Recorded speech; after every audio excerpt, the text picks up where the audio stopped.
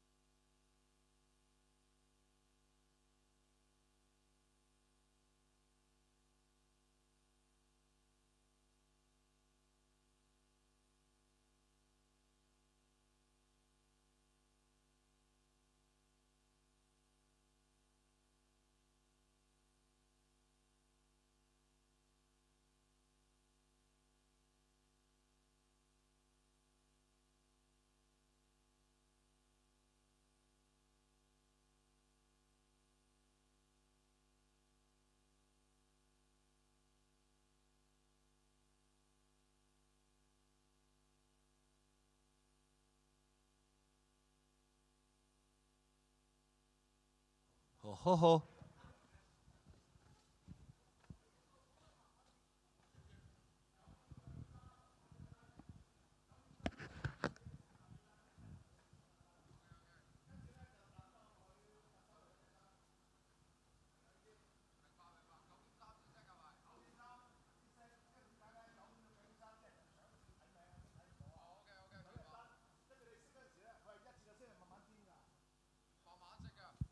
佢慢慢識咁樣，你9點3慢慢飛咗去咯。即係9點3，大家提一提我啦，到時啊踢踢。喂9點3啦喂，我唔記得咗時間噶嘛。咁你話飛咪慢慢飛，我咪通知佢哋咯，好冇？嚇，跟住咧就9點3就去翻琴日嗰度，跟住我就會live video 即係跟翻琴日啲時間啦，盡量。琴日啲時間温單就話俾你聽，有 video 啦 audio 嗰度，好嘛？咁我哋大概仲有45分鐘 ready， 咁啊喂。audio lighting 嗰啲，俾定啲聲試下嗰啲息路 payback 嗰啲得唔得啦？人哋嗰啲3box 嗰啲。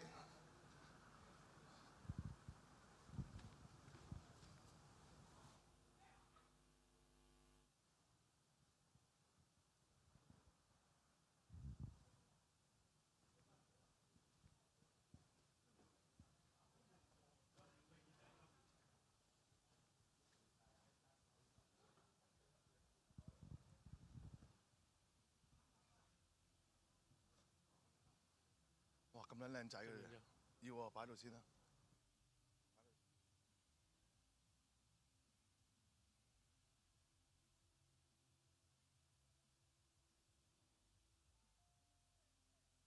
咧，我睇到個而家到時嗰個 Y shot 咧係咪balance㗎？而家支 cam 嗰度睇落去咧，好似左右唔啱嘅。cam 2嗰支。阿濤，而家個 cam 嗰度係咪唔係？到時未有 cam 喺度噶嘛？攞翻balance嗰個 centre 啫，到時嚇個 Y shot。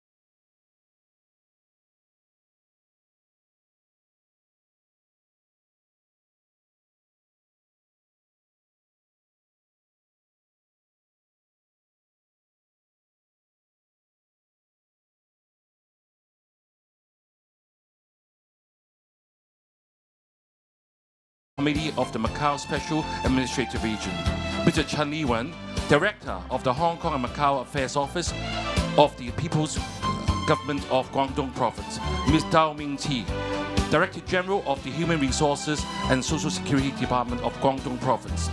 Thank you. Please take a seat.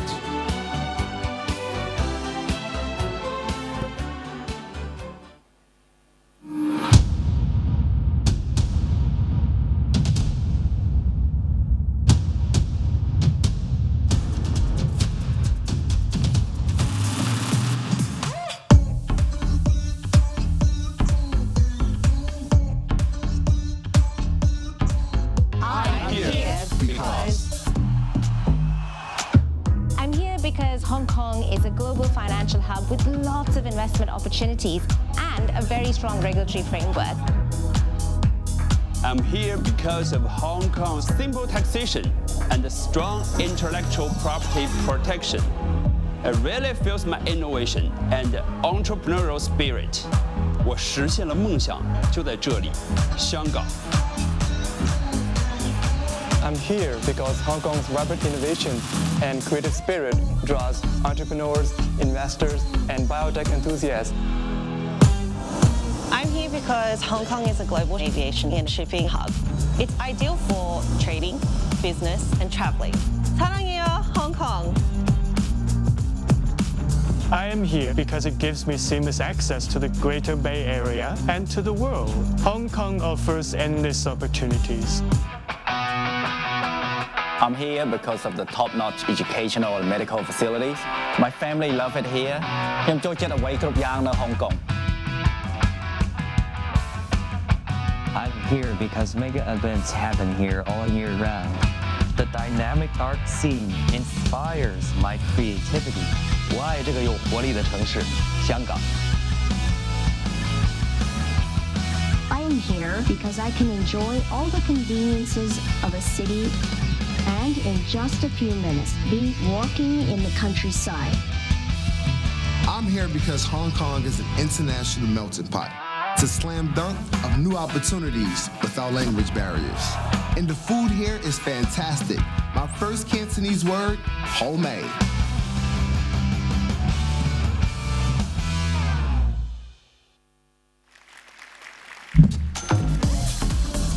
We love Hong Kong. Can't wait to see you here.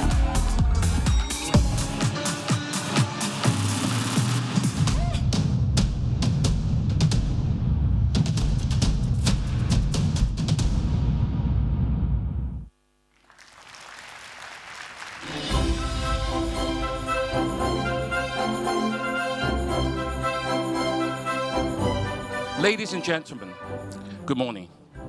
On behalf of the Labour and Welfare Bureau of the Government of the Hong Kong SAR, I would like to present a very warm welcome to all of you who are with us here today at the inaugural Global Talent Summit Hong Kong. My name is Eugene Chan, and I will be your opening MC. Now, I would like to invite the Honourable John Lee Ka-chiu, the Chief Executive of the Hong Kong Special Administrative Region, to the stage and to present the opening remark. Chief Executive, please.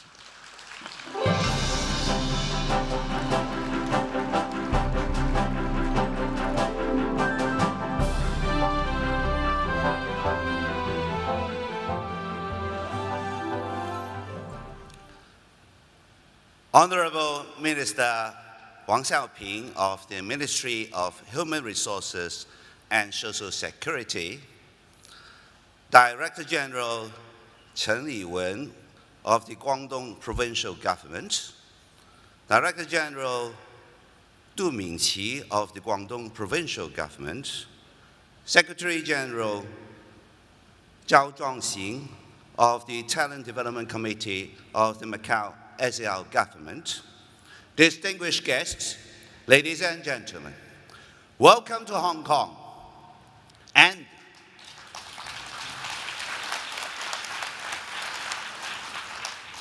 welcome to the inaugural Global Talent Summit organized by the Hong Kong SAR Government. And what an inaugural summit this is, with three high-powered talent-driven events over these next 2 days. Today's International Talent Forum, tomorrow's Guangdong, Hong Kong, Macau, Greater Bay Area High-Quality Talent Development Conference, and running both days, a Career Connect Expo featuring nearly 100 exhibitions. Then there's you, the most important element of all, each and every one of you. Some 1,000 participants from around the world are here for the summit. More than 2,500 others have registered for online participation, and Hong Kong is at the very heart of it all. The central government has always been the strongest supporter of Hong Kong. And of yesterday, I'm pleased to note, the mainland has expanded the talent exit endorsement.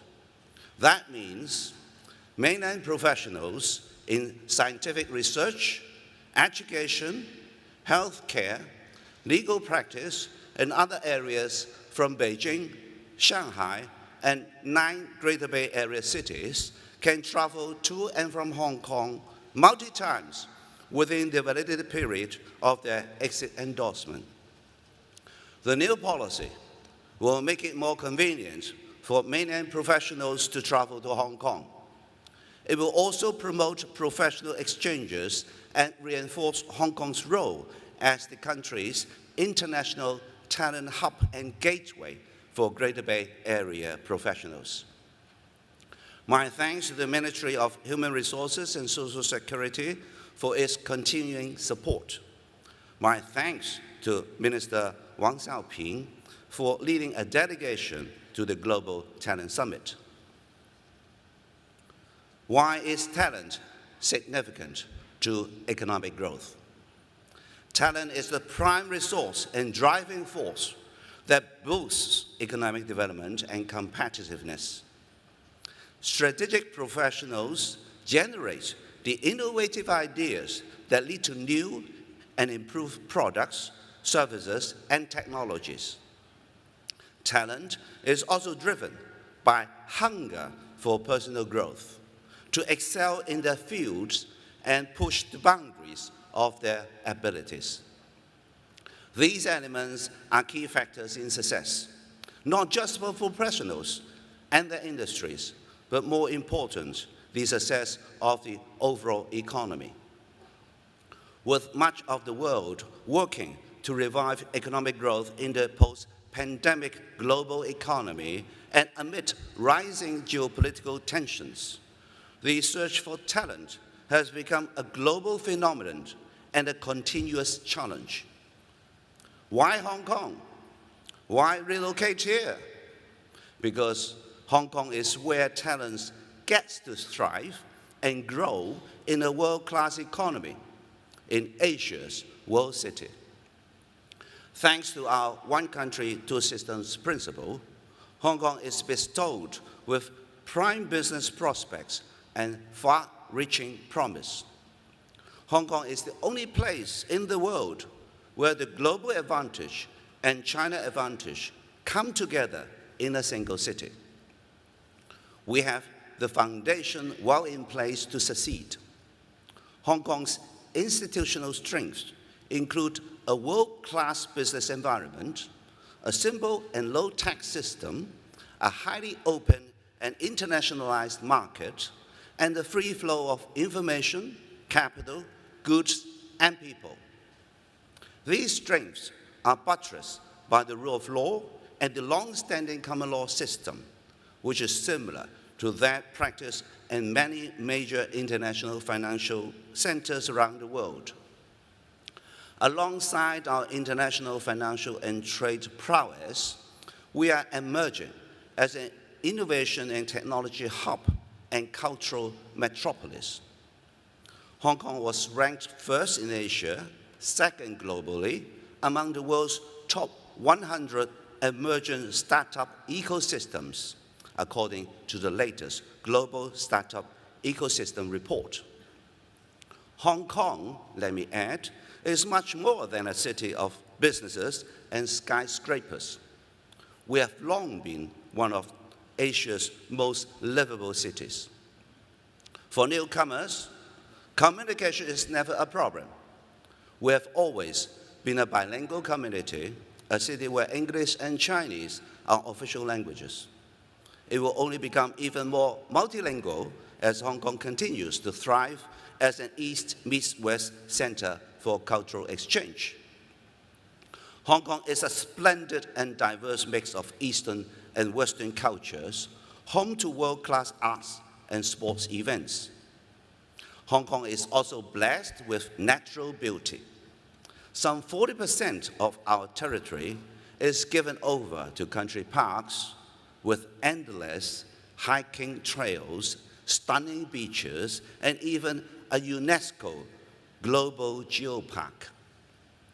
And our location at the heart of Asia means you can get anywhere in good time. It helps too that we are an international aviation hub. Our healthcare services are world-class in quality, efficiency, and reliability. Hong Kong is also among the world's safest cities. In Hong Kong, you don't just get world-class work opportunities, you get a satisfying life too. Yes, choosing to relocate to Hong Kong on your own or with your loved ones is a big decision. But I'm here to tell you that this is the place where you can work hard, play hard, and enjoy hard. The Hong Kong SAR government invests heavily in attracting, developing, and retaining talent. Hong Kong is the only Asian city with as many as 5 universities in the world's top 100.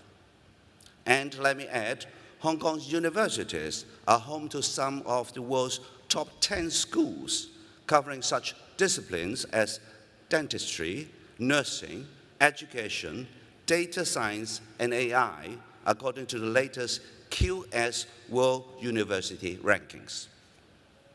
No less important, our doors and our arms are wide open to talent from all over the world. Since launching a series of talent admission programs at the end of 2022, we have welcomed more than 120,000 talents from around the world, talents who have settled in Hong Kong.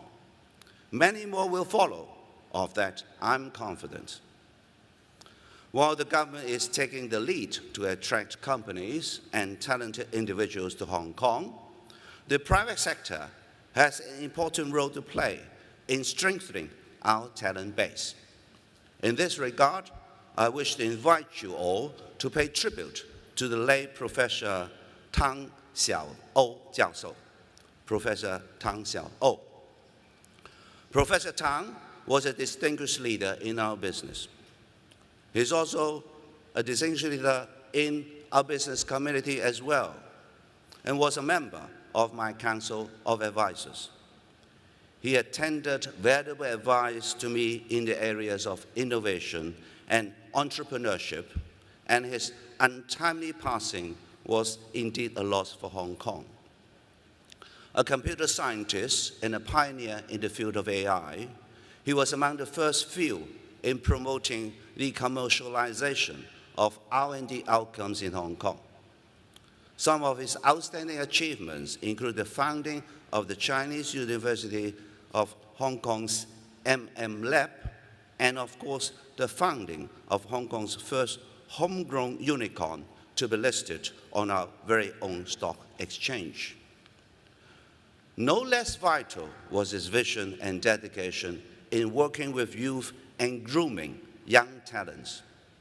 He mentioned numerous ideas and mentored numerous outstanding AI talents here in Hong Kong and on the mainland. Professor Tang's vision, determination, and leadership will continue to inspire us all. For the business leaders and educators among us today, we need you.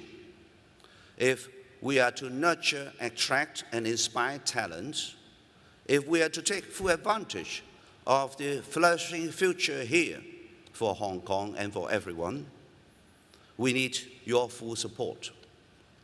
Hong Kong Talent Engage, an office set up under our Labour and Welfare Bureau, is dedicated to creating targeted recruitment and publicity for strategic international and mainland talent. Talent Engage also provides a wide ranging of support services for incoming professionals, from job hunting, apartment and school searches, to banking services and networking. That includes, of course, the hosting of this inspiring summit just a few months after its own good launch. I'm pleased to note that the Talent Engage is working closely with like-minded partners in supporting talent. These partners include the Hong Kong Top Talent Services Association, the Hong Kong Quality and Talent Migrants Association, the Bay Area Economic and Trade Association, and the latest addition to the list, the Hong Kong New Quality Entrepreneur Union, established just yesterday.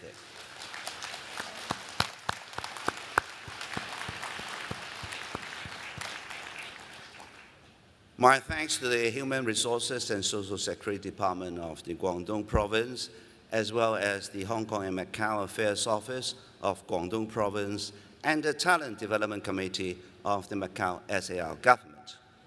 They are with us today and are also the organizers of tomorrow's Greater Bay Area Conference, the second edition, following last year's inaugural event in Guangzhou.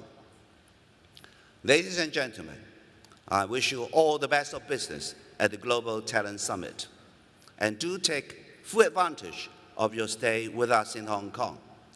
Embrace a wide ranging of museums, galleries, hiking trails, and beaches. Then indulge in our international celebrated wine and dine scene. This is how you can play hard after working hard in the conferences, and also spend hard in this gourmet city and shopping paradise. Enjoy the summit and all that's on offer in Hong Kong. Thank you. Thank you, Chief Executive. Please take a seat. Ms. Wang Xiaoping, Minister of Human Resources and Social Security of the People's Republic of China, will give us a special address. Let's welcome Ms. Wang. 有请王部长。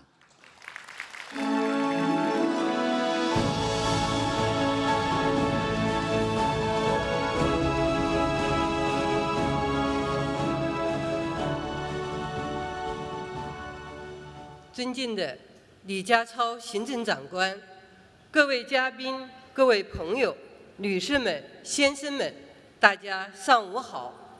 很高兴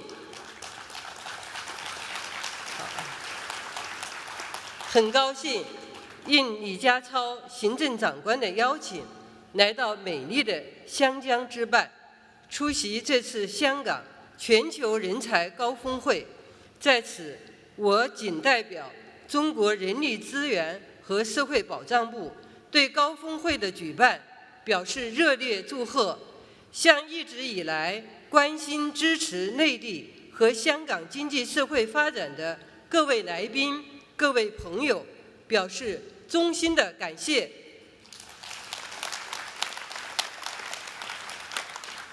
刚才，香港特区行政长官李家超先生做了热情洋溢的致辞，向海内外各行各业的优秀人才发出了来自东方明珠的诚挚邀请，充分展现了特区政府放眼世界、海纳百川的态度和气魄。近年来，在习近平主席关心推动、中央政府的全力支持和香港各界的共同努力下，香港牢牢把握祖国内地改革开放和现代化建设的重大机遇，充分发挥一国两制制度优势，积极履行维护国家安全宪制责任，有效落实爱国者治港的根本原则，开启了香港由治及兴的新篇章。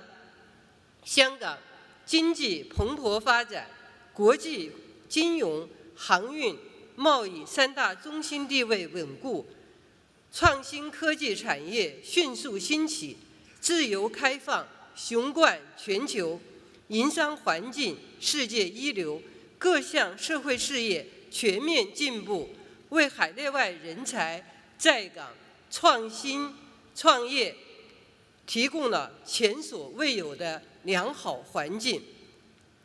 在李家超行政长官带领下，特区政府紧扣发展这一第一要务，面向全球筑巢引凤，成立专门的人才服务机构，密集出台一系列含金量十足的引才计划，为各类人才迁岗、支岗、留岗提供全方位制度安排和政策保障，为香港发展注入了新的动力和活力。在瑞士洛桑国际管理发展学院发布的2023年世界人才报告中，香港人才竞争力水平在亚洲地区高居第二，也表明香港是全球人才奋斗瞩目的理想之城。女士们、先生们、朋友们，人才是经济社会发展的第一资源。习近平主席从实现中华民族伟大复兴的全局，深刻阐释了人才在推进现代化建设中的基础性、战略性支撑作用，对加快建设人才强国作出重大部署，明确提出聚天下英才而用之。近年来，中国政府持续深化人才发展体制机制改革，实施更加积极、更加开放、更加有效的人才政策，近悦远来的引才用才格局进一步形成。中国拥有世界上最大规模的人才资源，专业技术人才超过8000万，技能人才超过2亿，人力资源素质不断提升，接受高等教育的人口2.4亿，新增劳动力平均受教育年限14年，人才国际竞争优势稳步增强，研发人员总量和国际专利申请居世界首位。中国正在成为创新人才高度集聚、创新要素高度整合、创新活动高度活跃的全球人才高地，这也为支持香港打造国际人才新高地提供了坚实基础。中央政府十分重视香港在人才领域发挥的重要作用，全力支持香港同世界各地开展更广泛、更紧密的交流合作，吸引满怀梦想的创业者来港施展财富、施展抱负，特别是赋予粤港澳大湾区一点两地及新发展格局的战略支点、高质量发展的示范地、中国式现代化的引领地的战略地位，支持建设粤港澳高水平人才高地，吸引全球高层次创新人才、企业和科研机构集聚，带动湾区加快融入全球创新网络。这不仅为香港发展提供了强劲动能，也为香港深度融入国家发展大局、开创一国两制事业新局面提供了有力支撑。当前，中国正以高质量发展全面推进中国式现代化，将释放巨大的发展机遇。发展的中国需要世界各方面人才广泛参与，开放的香港张开双臂，欢迎全球的英才。人力资源社会保障部将围绕以人口高质量发展支撑中国式现代化，聚焦建设现代化产业体系和发展新质生产力，加大高素质创新型技术技能人才培养力度，构建具有国际竞争力的人才引进使用机制，推进高水平人才高地和吸引集聚人才平台建设，加快塑造现代化人力资源，同时推进粤港澳大湾区人才一体化发展，探索实行国际化的就业和社会保障政策，打造资源集聚的创新创业载体，促进公共服务便利融通，支持香港以更加优越的营商环境和干事创业的发展环境，引进人才、留住人才、用好人才，为香港的繁荣发展开拓新空间，增添新动能。女士们、先生们、朋友们，今天的中国已成为各方人才大有可为、大有作为的热土。今天的香港更是迎来了全力拼经济、谋发展的最好时期。站在新的起点上，我们愿与特区政府共同努力，为香港发展经济和改善民生夯实人才基础，续写“一国两制”新篇章，共创狮子山下新传奇。风正时际，自当破浪前行。我们相信，特区政府一定会继续用好背靠祖国、联通世界的独特优势，做好发挥自身所长、对接国家所需这篇大文章，吸引更多海内外英才在港大展宏图、兴业乐业，为建设更加美好的香港增智赋能，开创高质量发展新局面。我们期待海内外各行各业的人才以及工商界、学界等各界的朋友更多走进中国，特别是走进香港，抓住并充分利用中国内地高水平对外开放和香港繁荣稳定带来的机遇，干事创业，成就梦想，为促进中国与世界各国共同发展，构建人类命运共同体做出新贡献。同时也希望内地，特别是大湾区人力资源社会保障部门紧密对接香港引才需求，在工作便利、职业发展、服务保障、优化环境等方面创新完善政策举措，为香港建设国际人才枢纽提供良好的助力，支持香港在融入国家发展大局中实现自身更好、更大发展。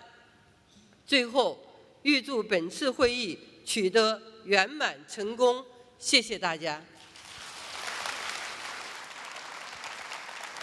感谢王部长。Ms. Wong, please take a seat.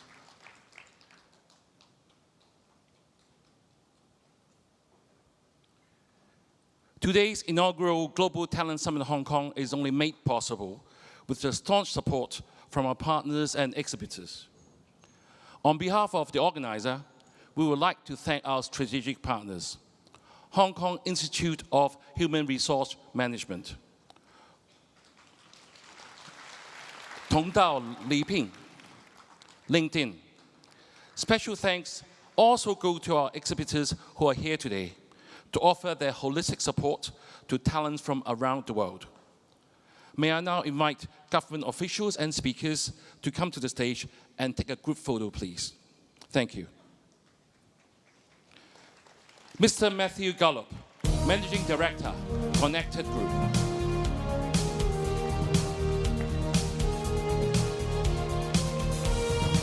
Mr. Sudesh T, Head of Diversity, Equity and Inclusion, Asia, Manulife. Ms. Fiona Ang, Managing Director, Asia Pacific LinkedIn.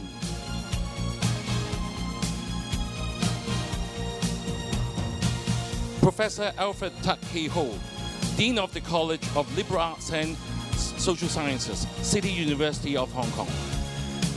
Professor David Cardwell, Pro Vice Chancellor for Strategic and Planning, University of Cambridge. Mr. Peter Brown, Partner and Global Workforce Leader, PwC, United Kingdom. Dr. Jacob Kamchak-Pui, CEO, MTR Corporation Limited. Mr. Jay Malani, Chief Executive Officer, IBT. Mr. Eswin T, Chief Executive Officer and President, Big C Super Center Public Company Limited. Mr. Wang Fabin, Deputy Chief Executive, Bank of China Hong Kong Limited. Mrs. Fatima Al-Hydri, Director of Investment and Talent Attraction Department, Ministry of Economy, United Arab Emirates. Dr. Chris Maxwell, Co-founder, 10,000 Hours. Mr. Du Mingqi, Director General of the Human Resources and Social Security Department of the Guangdong Province. Mr. Chen Liwen, Director of the Hong Kong and Macau Affairs Office of the People's Government of Guangdong Province. Mr. Zhou Chongxiang, Secretary General of the Talent Development Committee of the Macau Special Administrative Region. The Honorable Chris San-Yok-Han, Secretary for Labour and Welfare of the Government of the Hong Kong SAR. Ms. Wang Xiaoping, Minister of Human Resources and Social Security of the People's Republic of China. The Honorable John K.C. Lee, the Chief Executive of the Hong Kong Special Administrative Region.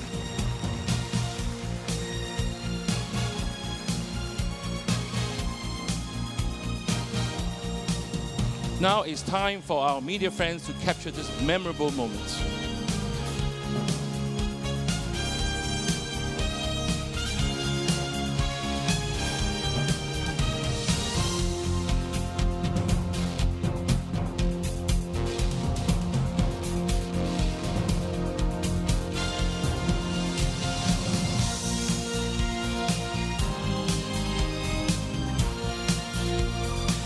Our heartfelt thanks to all our guests for officiating the Global Talent Summit's opening.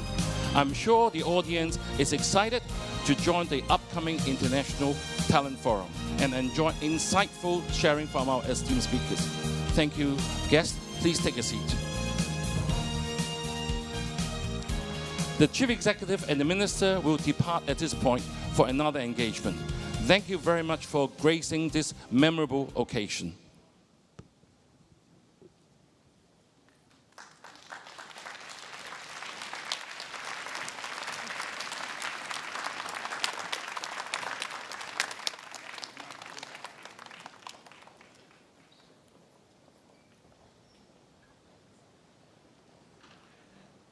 It's my pleasure to be with you all, witnessing the inaugural Global Talent Summit taking place in Hong Kong, showcasing Hong Kong's distinctive advantages and the charm as an international talent hub to the world. Now I would like to pass the floor to Patricia Young, who will be your MC for the rest of the day. Thank you.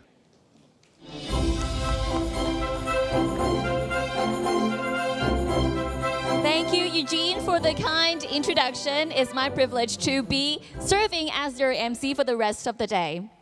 Now, before we proceed with the program, a warm reminder, simultaneous interpretation is available at the summit today. Please collect a headset at the entrance if needed. Channel 1 is Cantonese, Channel 2 is English, Channel 3 is 普通话。今天的峰会将会以英语进行，大会设有同声传译服务。有需要的来宾可以到入口处领取耳机。频道1为粤语，频道2为英语，频道3为普通话。Now let's start our Day 1 program, the International Talent Forum.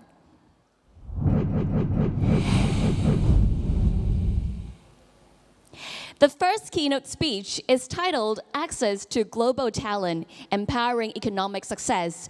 Before inviting our speaker onto the stage, let's watch the following video together.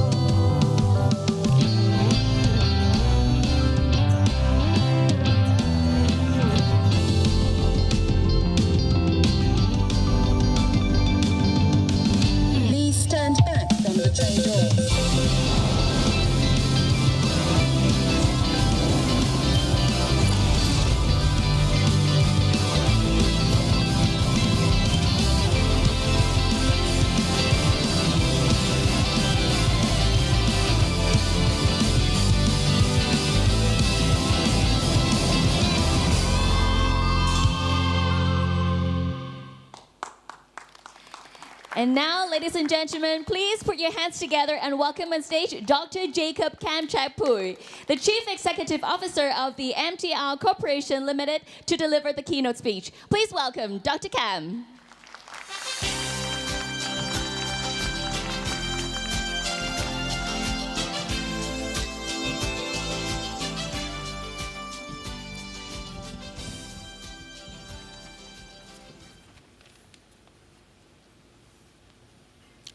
The Secretary for Labour and Welfare, Mr. Chris Sun, Director of Hong Kong Talent Engage, Mr. Anthony Lau, distinguished guests, ladies and gentlemen, good morning.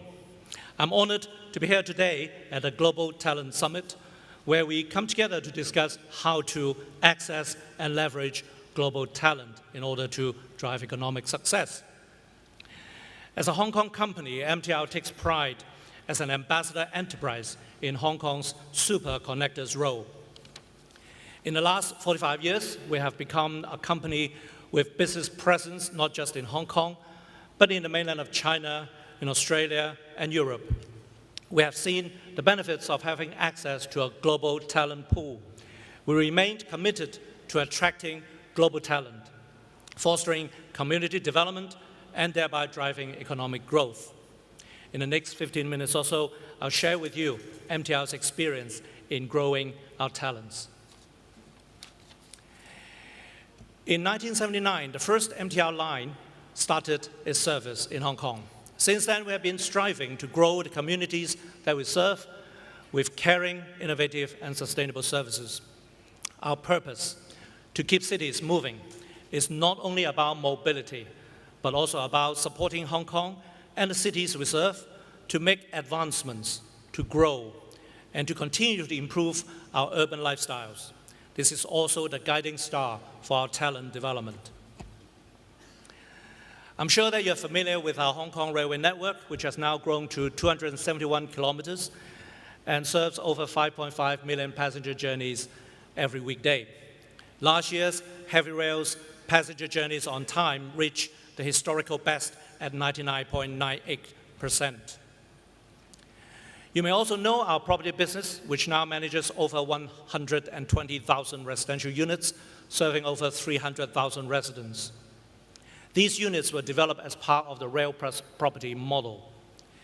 We also manage 16 shopping malls, which serve over 1 million customers every day. The rail plus property model is a funding method that has been heralded as Hong Kong's successful self-financing model for building, operating, and maintaining our railway infrastructure sustainably. Under this model, MTR is enabled not only to invest, build, and operate a world-class metro network, but also to build seamless integrated communities around the railway infrastructure. Many cities and railway companies around the world have come to Hong Kong just to understand how we do this transit-oriented development. Last year, MTR started the construction for 4 new railway extensions in Hong Kong. The company will be investing over 100 billion Hong Kong dollars on these new lines.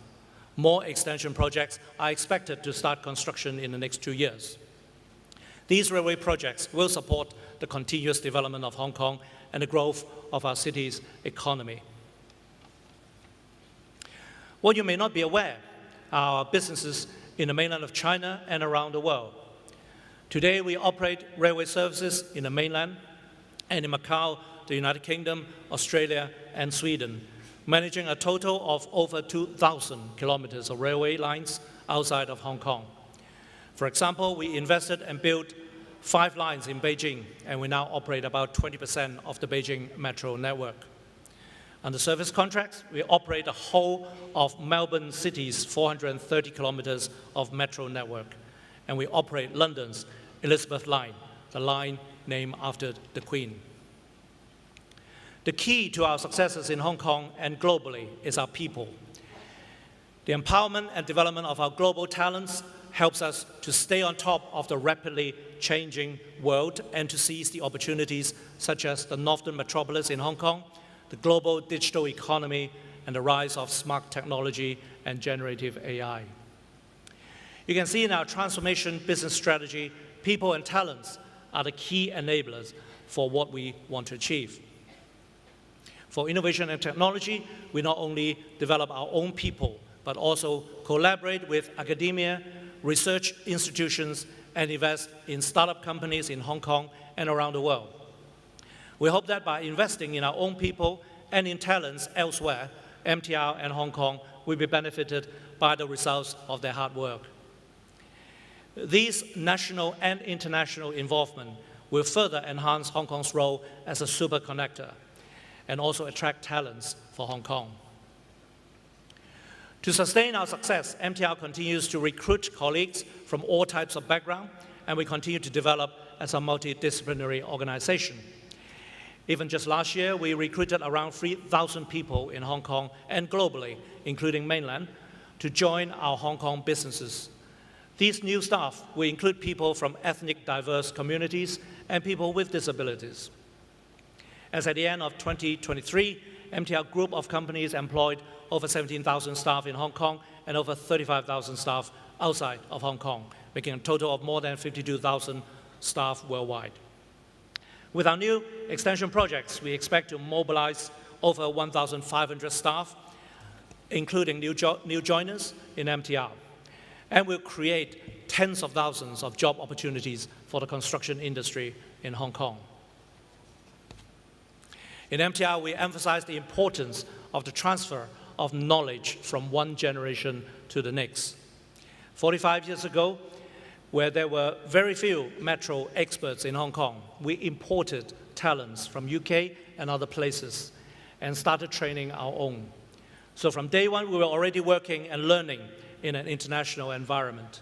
Now, after 45 years, we have built a strong global reputation and brand for MTR, and we're able to export our expertise. And in doing so, we also create new opportunities for our people. Today, our comprehensive training programs not only have trained our own people, but also have served mainland and global clients. In 2016, we established the MTR Academy to support the Belt and Road Initiative. The MTR Academy serves as a global hub for education and research in railway management and engineering. To date, it has provided tailored training programs to 400 railway executives and managers from 22 countries and regions, including 28% from Belt and Road countries. Our target is to enable more than 50,000 people to be benefited from our various skills and innovation programs from 2022 to 2025. The Academy has also helped MTR address recruitment challenges in a competitive market, with 21% of the graduates joining MTR. Additionally, we have initiated the MTR Research Funding Scheme to support local university research, with 12 projects already receiving funding after the first year. Having recruited the talents, we are committed to cultivating a supportive working environment for them to thrive. In MTR, we adopt various initiatives to recruit, retain, and develop our people. We proactively reach out and engage local and global talents, and also professionals with specialized expertise. We empower our staff to develop their potential to the full and celebrate their achievements with them. We invest substantially in training and development resources to enable lifelong learning for all of our staff. We recently won a total of 21 awards from last month's 49th International Exhibition of Inventions at Geneva. These awards were won by our young talents in engineering and operations. We help their personal development as they overcome real-life business challenges with innovation and technology. Furthermore, through secondment and exchanges among different companies in the MTR Group, we encourage and facilitate global knowledge sharing among our employees. Successful experiences and ideas can now be implemented in different cities, eventually benefiting all our customers with better service. We have also in place knowledge management that will capture best practices in different forms so that we can transfer the knowledge to later generations. Connecting communities is our expertise. MTR as city movers, we focus not only on ourselves, we also strive to address societal needs and foster advancement and opportunities for the communities inclusively. To support the future skill development of our young people, we organize the regular Train for Life journey programs since 2009 and have reached over 2,000 secondary school students, including participants from ethnically diverse backgrounds or with disabilities. To promote the creative industry in Hong Kong, 2 of our graduate talents launched in 2022 a new retail business called Lauda. Lauda enables local artists to showcase their design and handmade products in the MTR shopping malls. Furthermore, MTR has been supporting government's talent policy and taking part in initiatives for attracting global talents and offering opportunities to young people. MTR's success has been fueled by generations of talents and successions of railway and business professionals with a resolute commitment to our core purpose to keep cities moving and a forward-thinking business strategy. We are dedicated to attracting, engaging, and nurturing individuals to join us as city movers. By spearheading infrastructure development, delivering world-class service, and creating exciting opportunities for people, we not only drive the success of our company, but also foster the prosperity and growth of the communities we serve. Ladies and gentlemen, let us all do our part in the pursuit of excellence and work together towards a brighter future for the people of our nation and of Hong Kong. Thank you. Thank you. Thank you, Dr. Kam, for the exceptional keynote speech. Thank you. Please be seated. Thank you for sharing your insights and for sharing the important work that MTR has been doing for your talents. Moving on, we'll have 2 more captivating panels scheduled for this morning. These panels will take us through the formula for building a global talent hub and creating modern corporate culture. Get ready to delve into an abundance of insights and knowledge. Well, before we invite our esteemed panel members to the stage, I would like to remind our audience to also participate in the Q&A session by scanning the QR codes on both sides of the screens right now. You can submit your questions by scanning the QR code, and moderators will bring your questions to the panel at an appropriate time. Now, without further ado, we're going to start our first panel. And the discussion this morning with the topic will be Building a Global Talent Hub, the Formula for Success. The panel will discuss key issues including how global talent hubs in the rest of the world are shaping their talent attraction and retention strategies, international talent flows, demographic shifts, and cultural trends among global talent hubs. Current and future opportunities Hong Kong offer to talents, including efforts and policies by the Hong Kong government to attract and retain talents. Insights from global counterparts, best practices, and strategies for Hong Kong's talent ecosystem. At this panel, we're delighted to have the following experts with us. Please welcome Ms. Fion Ang, Managing Director, Asia Pacific, LinkedIn. Please welcome.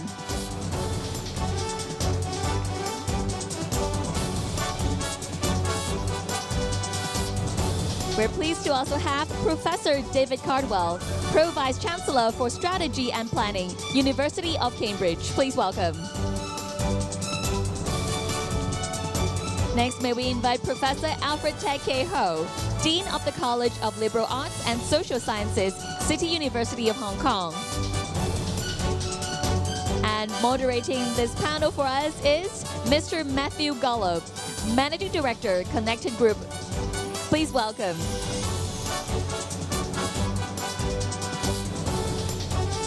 Welcome again to our esteemed members of the panel, and over to you, Matthew.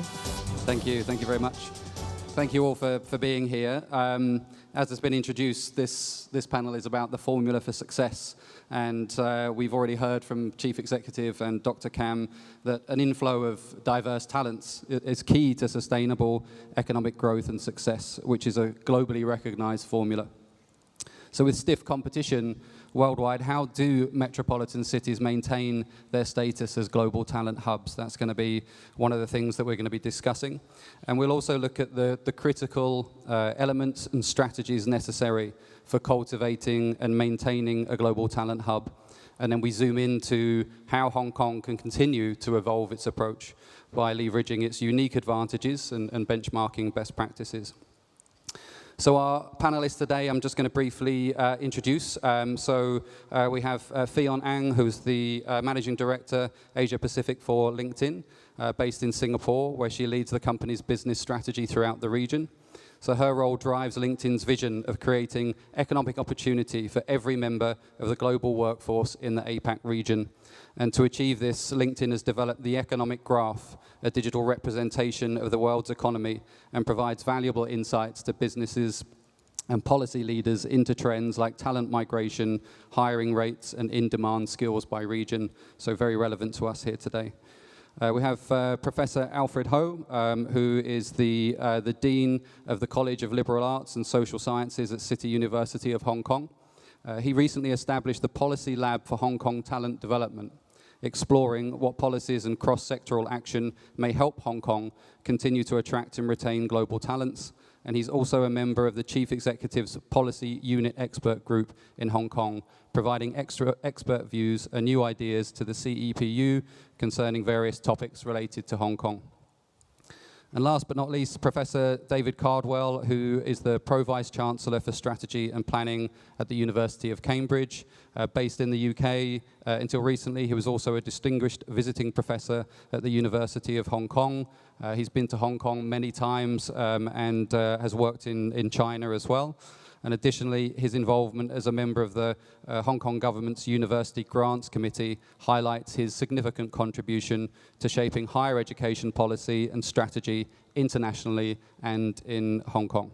So thank you very much to our esteemed panelists. And myself, I'm the Managing Director of Connected Group, which is an executive recruitment and search business. I've been in that sector for 27 years, 23 of those based out of Hong Kong, working across the region with a team of 60, so we cover quite a wide range of industries and functions to give insight into different sectors.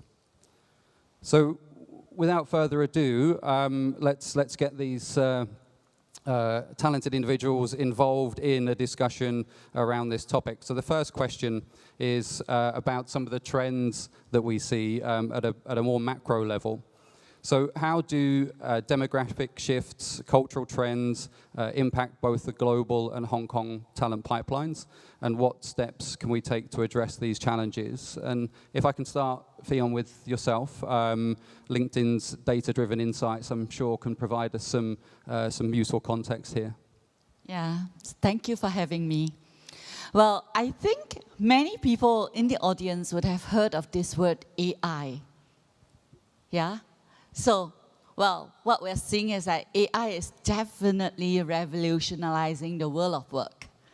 And we think about it, in Hong Kong, we are actually seeing the skills for jobs changing by 76% in a year of 2030. Meaning that the job that we have today and the skills that's required to perform that same job is going to change quite drastically by year 2030. What it means for companies then is, how are they actually coping with this change? Because here it is the big movement on the AI front, and yet, you know, the need to actually making sure that there is skills to cope with that demand. So some of the things that we are seeing on a company side of things is, one, the companies are beginning to realize that the demand for AI skills is real. 76% of companies tell us that they rather hire someone with AI skills that is less experienced compared to someone with that experience if you don't have AI skills. So it goes to show that many companies are actually in great demand of the AI skills. And coupled with that, you know, people are beginning to also realize that there is a need to actually improve themselves. So Gen AI skills is actually the #1 skills that is picked up by the professionals in Hong Kong. So we talk about acquiring skills, but it's almost impossible to keep on hiring AI skills because, first of all, that skills is in demand that a lot of companies couldn't find. So what do? Companies are beginning to invest a lot more in people, making sure that they have the right skills to meet the needs of the business. So companies need to invest and creating a more human-centric, creating that internal mobility, the learning opportunities, so that people can continue to stay in where and evolve in the jobs that they're doing. And some of the things that's important to people include a hybrid work arrangement. People are asking for that, and that's very real. So those are the trends that we're seeing, and I'm sure that with this ongoing conversations, we can find out more. Absolutely, thank you. We were never going to get through a talent summit without AI being mentioned, so we got there early. David, maybe you can talk about some of the overall trends, maybe something about educational supply, which I know is one of your key insights. Yeah, and again, thank you for the invitation to speak today. I've been coming to Hong Kong for more than a decade, and it's a real pleasure to be here. So I think the first thing to say is that Hong Kong is in an amazing position here. And the chief executive mentioned that there are 5 top 100 world-leading universities in Hong Kong. Hong Kong has 0.1% of the world's population. In terms of quality of universities compared to per capita, Hong Kong is punching 50 times above its weight. And show me another country in the world where you get that kind of leverage. It's pretty extraordinary. But my view is that it's not just about universities. I think this is a holistic way, or should be an holistic way, of developing talent. And that talent doesn't begin when students enter university. It starts at primary school. Lifelong learning and early age contributes ultimately to your pool that you will admit to your universities. And your universities need to take the best of local talent and to cultivate that so you retain it, or you're more likely to retain it at the end, balanced with some leading international scholars and educators. And getting that balance right, I think, is fundamental. It raises standards, people aspire, innovation naturally comes from this, and you have an inclusive society. Fionn mentioned that AI is the latest buzzword. We get questions on that all the way. But my view, if I'm being completely honest, is that an integrated education is a lot more important than challenging one bit of it that may be popular today but less popular next week. So before AI, it was computer science. Before that, it was electrical engineering and electronic engineering. Before that, it was civil engineering. So I've got this image of young people herding themselves around different subjects simply because they think it's popular. I think an integrated education where you can turn your attention to everything is a lot more important than that. So Hong Kong has the ability to start very early, to do better in attracting international talent for study and for teaching. And there's data in the UK that suggests that academics fail to produce their best work after the age of 53. So there's absolutely no hope for me. So if I wanted to invest in a world-leading educational and technical economy like Hong Kong, I'd be plowing my resources into young people who can change the world, young people who can transform research and education, young people who, quite frankly, have got some serious problems to address. Global warming, climate change, an aging population, and guess what? We've just had a pandemic. It's these young individuals that are going to be solving these problems. And I think Hong Kong is extraordinarily well placed to do that. And the final point I want to make was, who could have not been impressed by Jacob's presentation about MTR? You know, what a global company that's making an impact on so many continents. That is transformational. I mean, that is a jewel in Hong Kong's crown. We need more initiatives like that coming out of Hong Kong. Thank you. Great, excellent. Thank you, David. I've just realised I've got, absolutely. I've just realised I've got 3 years left if I want to contribute any of my time to research. Yeah. Alfred, I'm sure that you can add some observations, not just to supply, but also I know you're passionate about retention of talent after graduation and maybe some of the actions that Hong Kong can take.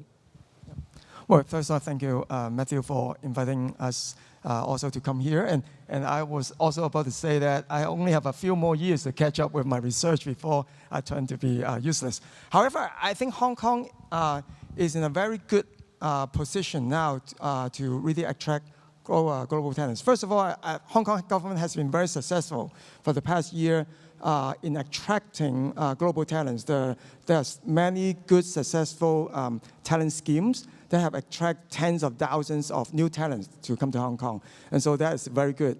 But I really like your question that you asked, how to retain them. And so again, thanks to Ms. Xu Meng, who is in the audience, we have established a policy lab on global talents development and retention. And so in our research, we find that there are several factors that are very important. First of all, I think Hong Kong is in a very good strategic location. We have the language background. I think right now we're talking English, but we have simultaneous translation. Hong Kong embrace English, Mandarin, and Cantonese. And so I think this is a very good environment, and we should continue to emphasize that environment. I think also we are in very good position to retain talents because we do have very good educational opportunities. I think Professor Caswell mentioned that education is very important. I think we are in a good position to encourage continuous lifelong learning with all the education opportunities and also very good international schools here. Absolutely, thank you. And really what we're going to move on to talk about is how do we benchmark Hong Kong, where it is right now, how are global talent hubs in the rest of the world shaping their talent attraction and retention strategies, and where does Hong Kong have this opportunity to excel? So we've talked a little bit about that around education. If I can just stay with you, Alfred, and with your own story of coming from across from the US to Hong Kong and your understanding of some of these wider trends, how would you reflect on that? Yeah. So personally, I came back to Hong Kong in 2021 after spending many years in the US. And so I could share a little bit from my own experience, what I experienced in the US. But also in my university, City University of Hong Kong has been ranked #1 in the QS ranking in internationalization. So we actually have a lot of colleagues who are coming from all parts of the world. And so based on their experiences and also our research, we find that actually Hong Kong could still be, could do better, but I think we are doing really well. In my own experience, I find that there are several factors that are very important, and we should continue to brand it out more. One is, in fact, is what the chief executive has mentioned. We have the one country, two systems. And I think the world needs to know that more. Some of my colleagues in Europe, in other parts, they now understand that Hong Kong is part of China. But they don't quite understand that, oh, it's one country, two systems. And so we have a lot of unique strengths that we need to brand it out further. I also think that we need to embrace more diverse cultures here. We are now talking about One Belt, One Road. I just visited Saudi, I just visited Qatar and South Africa. There are a lot of good opportunities, and Hong Kong is in very good position to embrace all this. That means we need to continue to encourage that kind of multicultural environment, welcome them. And I think one thing I would like to emphasize, I think US has been doing really, really well, and Hong Kong could do even more, is welcoming people like you, Matthew. Right? In the US, one thing they are very good, and that's why they are #1 in talent attraction on different accounts, is they welcome people who are willing to contribute to the community, regardless of their ethnicity, gender, etc. And so Hong Kong has that potential, and we should welcome again people from different ethnic backgrounds to contribute to our community. That's great, thank you. David, maybe any other examples from you and any statistics that you can bring to bear on this? Yeah, absolutely. I've got a few general comments to make to begin with. So as far as I can see it, and I mean, I know Hong Kong well now, is that Hong Kong has potential. But at the moment, that's all it has. We need to find ways that turn that potential into reality. The immediate obvious comparator for me is Singapore. And Singapore seems to do quite well in attracting and retaining talent. But for many reasons, Hong Kong should be doing better. I think Hong Kong can do better, and I think it can offer a lot more than Singapore, but I think there are a number of things that need putting in place. So as a member of the UGC, I can honestly tell you That committee consists mainly of overseas academics, mainly vice-chancellors from leading international universities across the world. And UGC has an ability to make good decisions quickly. And the chief executive is completely behind Hong Kong universities. And the amazing thing for me is over our last 3 meetings, we've been able to make really substantial decisions. So significantly increasing research funding for Hong Kong universities. That decision took 3 months. In the UK, it would probably be 5 years, and then we'd conclude on an income cut. There was a concern that PhD student demand was outstripping supply. We increased the number of PhD students by 50%. That took 3 weeks. And in the last round, concern that the cap on international students was too low, it was doubled. So I get back to the UK mildly depressed that Hong Kong can make extremely good decisions, and everything the chief executive said, those policies are being implemented. And that's how you realize your potential. But if you look at PhD students, for example, they're in decline in the rest of the world. In Cambridge, we're struggling just to maintain our numbers. In Southeast Asia, in Hong Kong in particular, there's huge demand for PhD students. Now, that's an opportunity that you've got now that you need to take advantage of. But one of the things that you need to do is not just to take more PhD students, but to look at the infrastructure. We don't want to overload young academics with 10 or 11 PhD students. Nobody wins. It's in nobody's best interest. So we need to think about infrastructure as well as numbers. But these opportunities change globally, and they change with time. Hong Kong has a massive opportunity now with PhD students. And I think the final thing I want to say is that in order to attract good students from outside and good faculty, Hong Kong, I would suggest, would be better if its universities paired up and worked in some synergistic way to address specific targets. So, for example, we could have Hong Kong U and Hong Kong University of Science and Technology, great pairing. We could have Baptist University and PolyU. We could have City U and Chinese U, all working collectively to consistently develop potential markets in the US, Europe, and Australasia. And if we could do something like that, Hong Kong's fortunes could change overnight. The UK Premier League, the Indian Cricket League, is very high profile amongst many young people who want to come to Hong Kong. So we use those marketing opportunities. So I think there's a lot more that can be done. We're going to need to think radically, but a lot of it's about taking advantage of the opportunities that present themselves now and not what you think they might be in the future. That's great. Thank you, David. Great insights. And Fionn, looking across the region, I guess is your purview. You see a lot of this data about how different organizations are reacting to the talent challenges that they face. What do you see as the trends within that, and how do you see Hong Kong operating within the region? Yeah, coming to your question about the Global Talent Hub, it's interesting that when you look at attracting and retaining talent, it is always how the government, companies, the talent, education institutions are working together in order to make it a talent hub, in order to make it an attractive place. So the government policy that is in place to help encourage the upskilling, identifying what are the needs out there, and making sure that funds are available, skills upgrade is available for its people. When it comes to companies, I talk about how companies need to be aware. What does it take to retain your people? Dr. Jacob Kam talks about that in his speech, where he talks about talent retention involves internal mobility, creating opportunities for their people. Wage increase definitely is one thing that people are looking for. And the third one is flexibility, work-life balance. That's what young people are looking for. They don't just talk about work, they talk about that purpose of the company. So that clarity where companies can offer to people is going to help retain.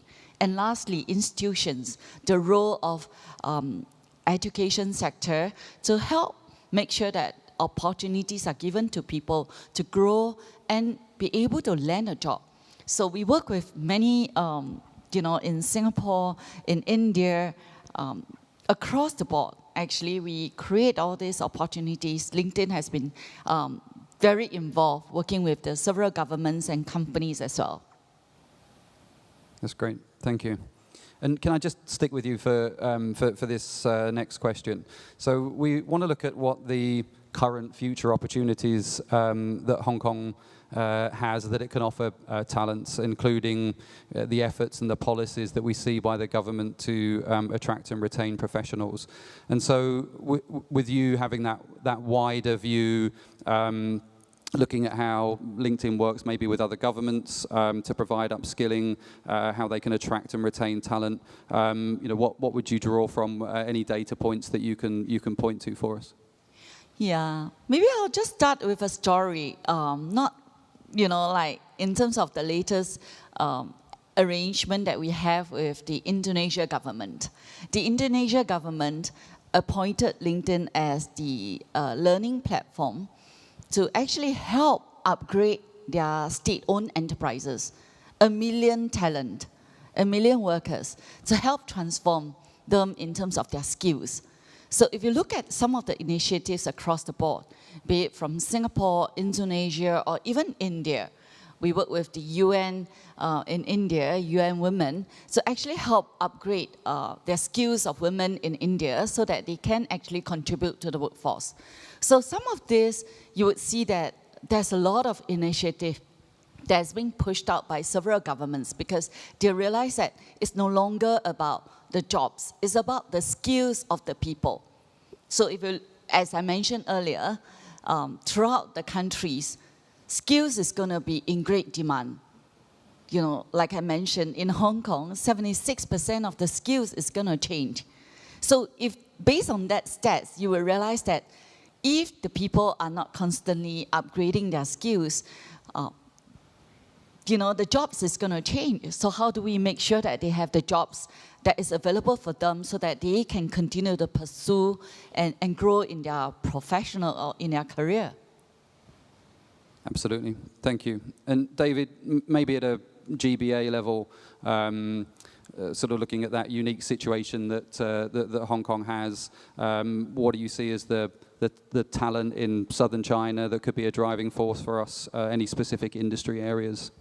So I think this is a game changer for Hong Kong.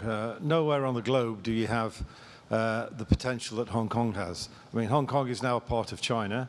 You've got that enormous resource, but in particular the geographical location, excellence in terms of universities in Hong Kong, all localized in a very small area. I mean, you could argue Singapore has something similar, but not quite so many universities. You've got Macau with established universities there, Guangzhou as well, and innovation. But for me, the real opportunity is Shenzhen. No world-leading universities in Shenzhen, but if you want to get something done commercially, technically, innovationally, there's probably nowhere better at the moment in the globe. Every time I go to Shenzhen, the building I marveled at during my last visit, I no longer marvel at because another building's been put in its way. So the rate at which Shenzhen is evolving, and I think if we can take elements of those different areas and put them together, that gives us an educational and innovation advantage. So it's not about getting Hong Kong to compete with Shenzhen or Macau or Guangzhou.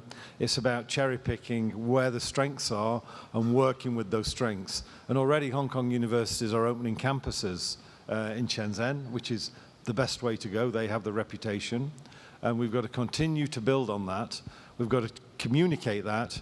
And it's got to be enabled by mobility. And the chief executive announced that that's exactly what's happening. It's going to be easier for leading academics and researchers, technologists and innovators to come and work in Hong Kong and vice versa. So remove the bureaucracy. And then, in addition to that, financial incentives to make the whole much, much, much better than the sum of the parts. And it comes back to this potential word, but it is unique potential. There is nowhere else in the world where this could be achieved. If we can bring international partners in as well, for me that would be the icing on the cake. We just need to find a better way to increase the international contingent of this extremely exciting, innovative thing that's about to unfold. It's going to be hard work, but we just need to think it through better. But, you know, tremendously exciting, however you look at this. That's great. Thank you.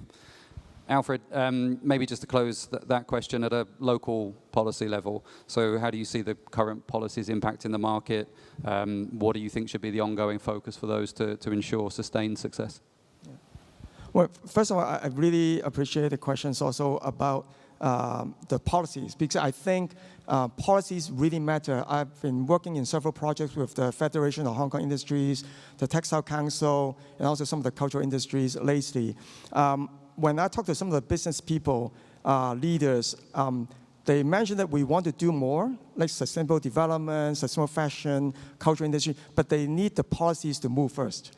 And so Hong Kong is in a very good position to do that. I agree also with your point about the importance of bringing that potential into reality. And Hong Kong is well positioned in several ways. Number one, we do have very good research, and Hong Kong government lately just emphasized a lot on applied sciences.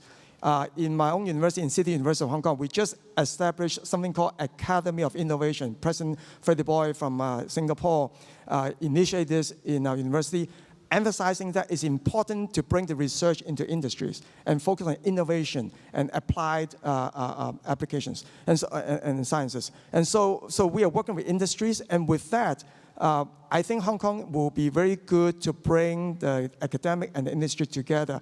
Let me also emphasize one thing. In some of the policy discussion, people talk about Hong Kong only have very little manufacturing, 1%. We may increase to 5%, right? But I think that figure is not totally complete.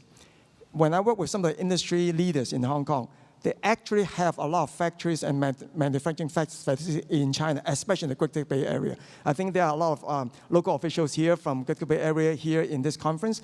In fact, we have very close linkage. And so the fact that we're in Hong Kong, we have the finance, we have the education, we have the logistic management, but then we have the factories and manufacturing in the Greater Bay Area. Students, researchers here will be well positioned to bring into that network. And so we should welcome and also encourage more investors to come to Hong Kong. And also one thing that I think Hong Kong government, also the national government, has benefited us a lot is the visa policies. Lately, I think there are about 14 countries that have visa-free to visit for 14 days. There are 50-some countries that could visit China for 144 hours. And so imagine companies from many of those countries could come and establish offices in Hong Kong, travel to China for 6 days, 14 days, do the research, do the business negotiation, come back to Hong Kong and go outside to the world to expand the businesses. I think Hong Kong is well positioned to do that, and so I'm very excited about all these opportunities. Yeah. Thank you very much. Some really great insights. Originally, I was just going to ask you all to kind of summarize before we move on to the, some of the other questions that we have, but we have time. We're running well to time, so I'm going to jump out into some of these other questions, and we'll come back for your final thoughts at the end. One of the questions that we have from the audience, and in my profession, this is a frustration that I hear a lot, is many overseas young, experienced professionals wish to search for job opportunities in Hong Kong, but don't speak Cantonese or Mandarin. Where do we see the opportunities for these candidates in the future? From my perspective, we have a documented talent outflow. We have a declining workforce in terms of size because of aging population. That's common in developed countries. So surely, with a shrinking talent pool, we're going to have to look outside of those core language skills in order to meet the needs in Hong Kong. Alfred, I know this has sort of been something that you've touched on before. Maybe to you first.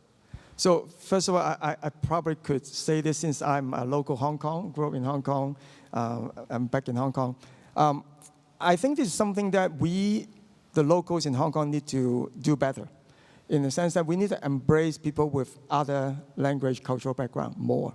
And so the reality is that most Hong Kong students, young people especially, they're well trained in multiple languages, in English, in Mandarin, in Cantonese. And so for workers who are coming from other ethnicity, cultural background, who are not fluent in Cantonese, we need to embrace them and welcome them and work with them when they speak to us in Mandarin or English. That's okay. We could change channel, 轉台, anytime. 普通話, 廣東話, English, no problem, right? So this is our beauty, and so we need to embrace that work and living culture in Hong Kong. That's number one. I think the other side is also because of AI with technologies. We probably could also use some more technologies to do more instant translation. And so those are some of the opportunities we later could explore more. Good link back to the AI question. Are we seeing that utilization of AI for language translation actively working anywhere? Do you see that, Fionn? Well, definitely seeing AI working its way into the work. I think jobs used to be, people define their jobs in terms of the titles. But if you take a step back, job is really made up of multiple tasks. And the task that is cumulatively into this, defining this job, there is a lot of work being done to understand the autonomous, the repetitive, the ones that can be automated. Those are the areas that is going to be, that AI can actually work its way into the job itself. And, you know, interestingly, some of the top AI skills that is being seen is actually in creative writing, in communications. Speaking of that, because AI can actually, with a few prompts, actually write a great piece of work for you. But it still requires the human part of things, the EQ, your judgment, your ability to actually look at it and judge the piece and see whether how do you make the right edit and make it sound like you and doesn't sound like a robot, so as to address what's needed to solve the problem. So AI can definitely help a lot of it in terms of the language, but it still requires that soft skills, that problem-solving skills of the human touch to finish the final work. I think it's been a cliche now that you know, AI won't steal your job, but someone that knows AI will. I see that at many conferences, and I think that's quite a good summary. David, maybe I can pose this question to you, which is really the flip side of that first question I asked, which is how to balance the attraction of global talent with the development of local talent. And I know that you have some sort of strong, passionate views on primary education all the way through that you touched on. Maybe you could talk a bit more about that. Yeah, so one of the challenges is the incompatibility of education, particularly between the ages of 16 and 18 across the world. So I think about 15 years ago, Hong Kong introduced a DSC, a Diploma of Secondary Education, which is a radically different way of educating students pre-university. It's much more of a broader education. But of course, if you then want to study in the UK, you're going to find that difficult because we have A-levels, which are a much narrower education. If you want to study in the US, it's going to be easier because it's a broader education focused on the liberal arts. So this isn't a debate about which is best and which isn't, probably neither. Probably IB is about as good as you're going to get. But to be able to cope with the mismatch in education for our young people, but then still think we can promote them to a global education. And I think there's a miscontinuity there. And young people need to be prepared early on to know what to do to change their education if they want to study in another system that they haven't been trained for. And I think people like me, parents, teachers, admissions tutors in universities are all responsible for that. But again, so many times I see 3 months before people apply, what can I do? Well, it's too late. You know, it really starts, as I said, at primary school. You know, young people are these empty vessels, they just want filling with knowledge. And our job is to keep that inquiring mind going. And then as they go through puberty and competition kicks in, to manage their mental well-being through that process. So by the time they get to 16, they've made fully informed decisions about the courses that are right for them. And many people say, I come to Hong Kong to get people to apply to Cambridge. That's absolutely not why I come to Hong Kong. I come here to help people, young people, make the best decisions for them. And when they've spoken to me, quite often, that is, they don't want to apply to Cambridge, and that's fine. But the notion that they don't need support until 3 months before they apply to university is the problem that we face and is the problem that we need to address. And we'll only do that by working together, but there's still a long way to go. And this incompatibility between education, between 16 and 18, still causes me to lose sleep. Because often students end up in the wrong place with the right qualifications or vice versa. And it's not in their best interest for that to happen. Thank you. Alfred, you're nodding there, so I'm gonna come to you to follow up on that. I think indeed it's very important to match the skill set and also embracing technologies. But I want to emphasize a few points, deviate a little bit, but related. Number one is that we talk a lot about welcoming young people. And I think that's very important, especially think about the demographic trends, both in Hong Kong as well as in mainland China. Mainland China is also facing some aging population issues. And so while we are trying to attract a lot of talents now into Hong Kong, that is not enough in the long run. If you look at demographic trends in the world, the places that have growing population will be in the Middle East, in Africa, in a lot of the other developing economies. And so for Hong Kong to be striving in the long run, we need to embrace people who are very different from us. And so how we have that culture, embrace those young people to come to Hong Kong, give them a welcoming environment, despite the cultural worldview, ethnicity differences, and language differences is very important. And so with that, I think that's number one. We need to be more inclusive on that. But at the same time, we're going back to some of the earlier points about welcoming young people. I think it's also important for us to recognize that we are all getting older. I mean, many societies are getting older. And so how to actually also get the older generation to work with younger generations, to have that multi-generational mentoring is very important. We have some experiences that they don't have, and so we can help them. And also, I think from a longer perspective in terms of talent development as well as technology development, how we embrace what I call inclusive smart city is very important. Meaning that indeed there will be some population groups who may not be tech savvy. And we just need to embrace that. And so that means we still need human touch interaction to help them. And so how we embrace that and use our talents to let them use the technology or services without knowing that they're actually using technologies. And so I think that's the future that we could embrace our young people, encourage our young people to think about how to work across generations in Hong Kong, and also across ethnic groups in Hong Kong. I think I'll just add that, we talk about education and we talk about the young people. Actually, what we see on the platform is also quite revealing that actually on every day, there are 200,000 hours spent on the LinkedIn Learning platform. And Gen Z form a major part of it. In fact, in 2030, 56% of our workforce is going to be Gen Z.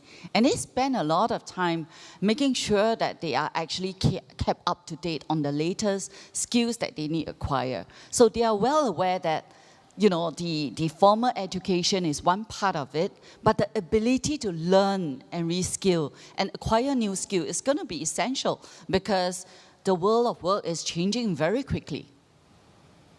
I think that's important. It's sort of a democratization of learning, right? Is that nobody has those barriers and you don't have to wait for somebody else to teach you anymore because it's available to you.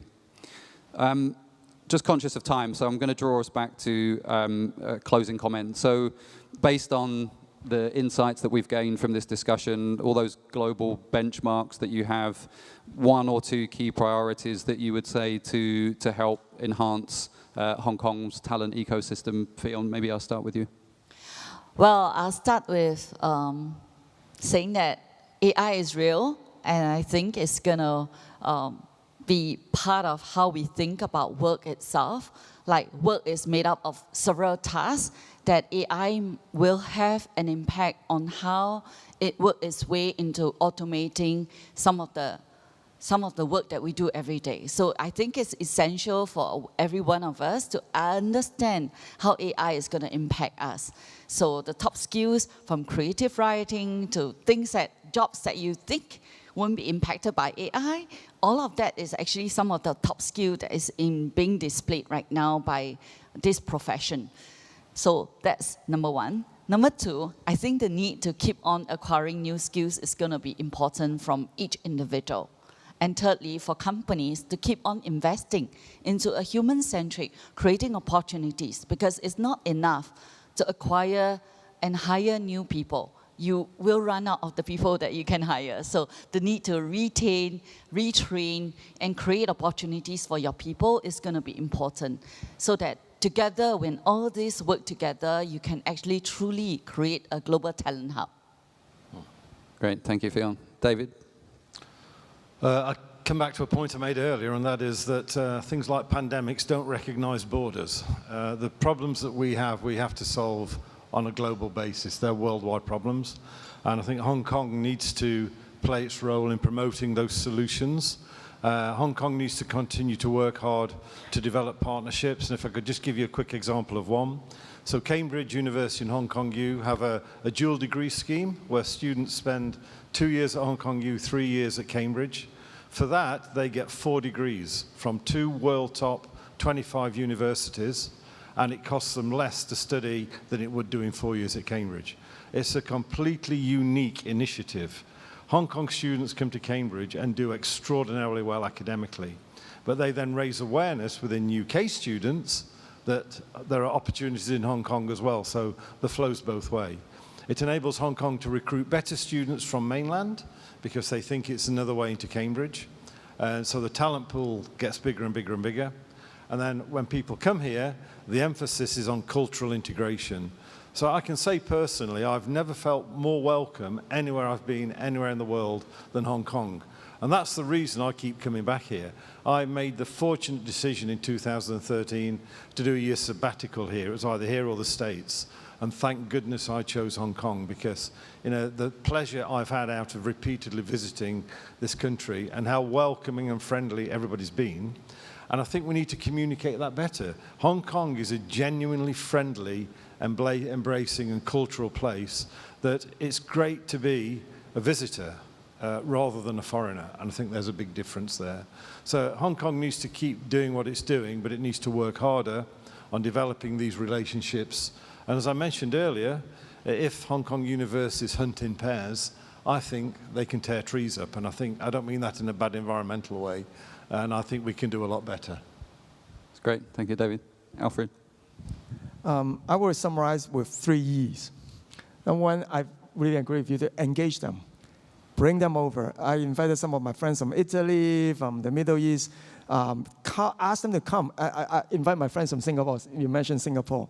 I tell my Singaporean friends, you come to Hong Kong, within 1 hour, you go up to the mountain and do hiking. Within 1 hour, you go jump into the ocean and do swimming. Only Hong Kong could do it, not New York City, not Singapore, not many other parts of the world. And so invite them to come and experience. I have someone from Harvard coming over, and once he had experienced Hong Kong, he said, when will I come again? Right? So engage them and then educate them. I think there are a lot of good policies, a lot of good things happening in Hong Kong that a lot of people outside Hong Kong do not know. And so we need to educate them about the policy, environment, the new possibilities here. And finally, I think indeed is to ask them to come and experience all this. It's one thing to tell them, it's another thing for them to come here and experience that personally. So thank you. That's great, thank you. I think just drawing all that together, we definitely see that we have a shrinking workforce for various structural reasons and post-pandemic challenges to deal with. But Hong Kong has a huge amount to offer, and it's great to see speakers here very passionate about the potential and the future of Hong Kong, and with government initiatives to drive more in terms of AI, fintech, biotech, alternative energy, these growth industries that definitely we can leverage the partnerships that we have in the Greater Bay. Hong Kong will have a bright future, but as organizations, everybody has to be looking at their own systemic barriers and what they need to do to embrace a more diverse talent in the future. So with that, I think that's almost perfect. 30 seconds left on the clock. My thank you to our panelists, Fionn, David, and Alfred. Thank you. Thank you. Another big round of applause to thank our panel members, including Professor Cardwell, Professor Ho, and Ms. Zhang for sharing your insights with us. And thank you, Matthew, for moderating the session for us. Well, our speakers shed light on the topic and really told us a lot about the trends and preferences of the current generation and also our next generation on career planning and their personal development. And most importantly, they also tell us about the advantages of Hong Kong and why is Hong Kong the best place for talents to be at. Thank you once again to the panel. Our next panel will center their discussion on the subject of creating a corporate culture embracing global talent. It will cover how global MNCs and institutions build international cultures that are still sensitive to the local context, the current corporate cultures and their implications for the long-term development of global talents, the strategies employed by governments and corporates to attract, include, and develop global talents, and best practices for building competitive advantages through multicultural, multilingual, adaptive, and embracing organizational cultures in Hong Kong. Well, before we invite the panel onto the stage, once again, a reminder for our audience to participate in the Q&A session. You can simply scan the QR codes on the screen right now to submit your questions, and our moderators will bring your questions to the panel members at an appropriate time. Now, ladies and gentlemen, let's join me in welcoming onto the stage Mr. Ashwin T, Chief Executive Officer and President, Big C Supercenter Public Company Limited. Please welcome. Next, may we invite Mr. Jai Bulani, Chief Executive Officer, IBT. Please welcome.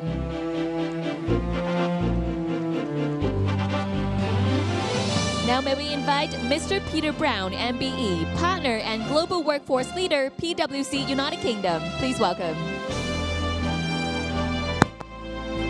Now please also welcome on stage Mr. Wan Hua Bin, Deputy Chief Executive, Bank of China, Hong Kong Limited. And again, Mr. Matthew Golub, Managing Director of Connected Group, will help to moderate the session for us. Please welcome Matthew as well again.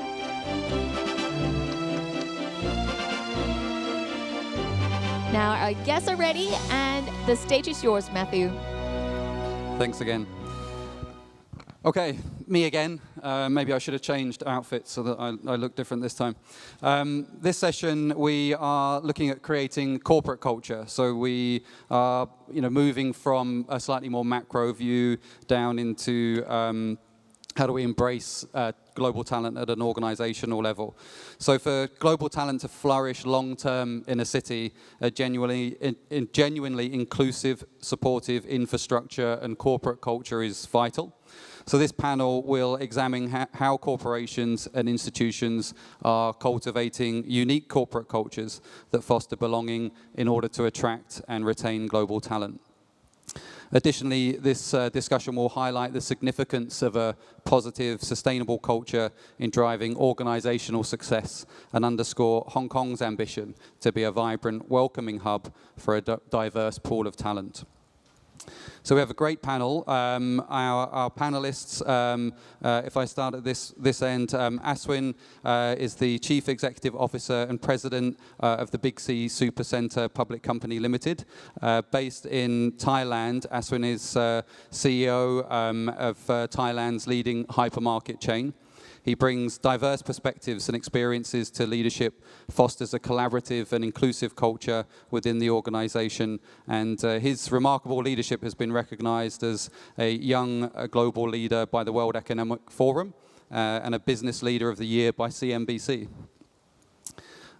We also have Jai Bulani, Chief Executive Officer, IBT. Jai, currently based in the UAE, is the founder and CEO of IBT, which is a business processing outsourcing company with a vision to revolutionize the industry. Whilst IBT has become a top BPO company in the region, Jai's leadership has also been recognized with the CEO of the Year award this year, and it's under his leadership that IBT has grown into a vital pillar empowering businesses across the UAE to thrive in a dynamic and competitive market. Then we have Mr. Peter Brown, MBE, partner, global workforce leader, PwC, based in the UK. Peter leads the global people and organization practice that has over 7,500 practitioners in 138 countries and regions, advising clients on all elements of people and workforce to help them create and implement strategies that enable sustainable business, financial, regulatory, and customer outcomes. Peter is passionate about making the workplace a more equitable, diverse, and inclusive place. He's also a PwC social mobility ambassador, which works to open up professional services to people of all backgrounds. And I think my favorite fact I have here is that Peter was listed as one of the UK's 50 leading lights in the Kindness in Leadership Awards in 2022. And finally, we have Mr. Wang, Deputy Chief Executive of Bank of China, Hong Kong. Currently based in Hong Kong, Mr. Wang is the, as I said, Deputy Chief Executive. As one of the 3 note-issuing banks and the sole clearing bank for the RMB business in Hong Kong, Bank of China, Hong Kong has a strong market position in all major businesses, supported by leadership from the senior management, including Mr. Wang. Mr. Wang is well versed in international financial markets with extensive experience in international settlement and corporate credit businesses. And the good news is I don't have to introduce myself again because you already met me on the last panel. So we have quite a bit to get through in this panel. And my first question is going to be sort of from your different contexts and backgrounds to share some strategies that you've seen employed by governments and corporates to attract and develop global talents. So again, starting at a slightly higher level, and then we'll drill down. If I could start with you, Peter. The PwC conducted a hopes and fears survey, which probably gives us some insights. Any examples of regions, countries that perform well in that? Comment as to why? Any clients or PwC as an example, maybe? No, good morning, and thank you for that kind introduction, Matthew. You're right. So I lead one of the surveys we do at PwC, which is called Hopes and Fears.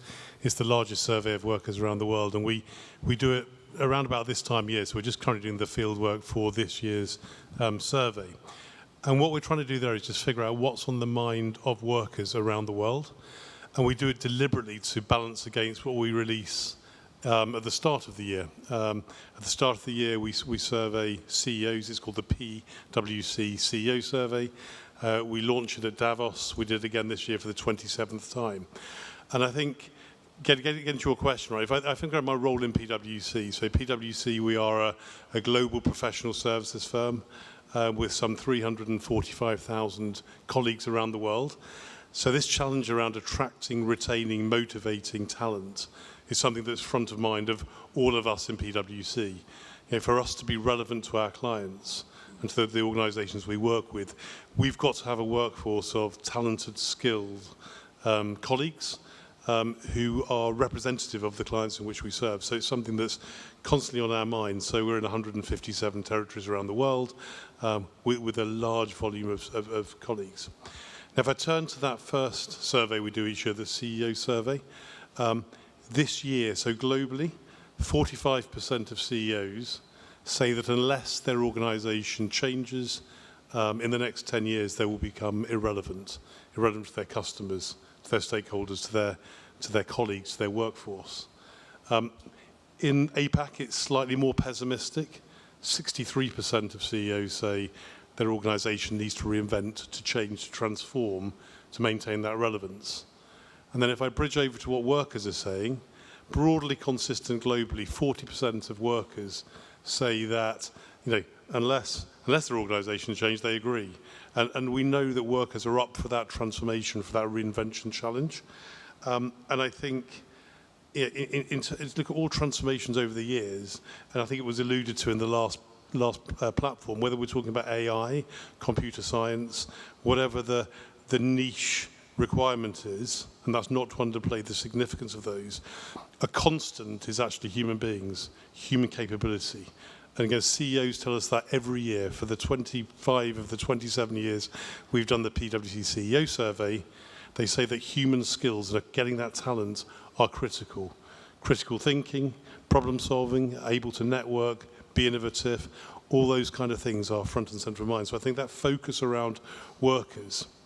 And I think, despite some of the challenges around some parts of the world at the moment, and maybe a slight depression in terms of mobility of workers, the cliche of the war for talent is over.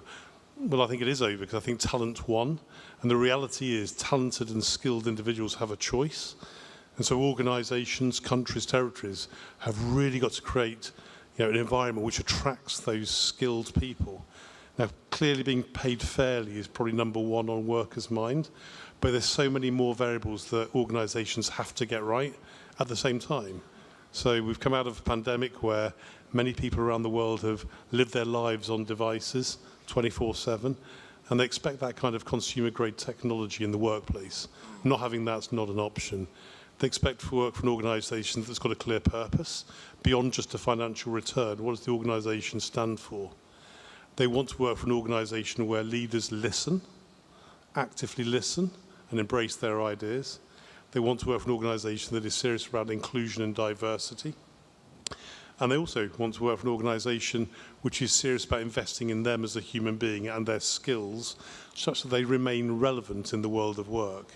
So there's a whole host of things for organisations to get right. And I think what I'm privileged to see with the organisations I work with personally, and as an organisation, there are some organisations and countries that are really getting to grips around that. And for example, I know in Hong Kong, the TTPS scheme is a phenomenal way of attracting, I think, talent from around the world. I was very privileged. I lived and worked in Hong Kong some 25, 30 years ago.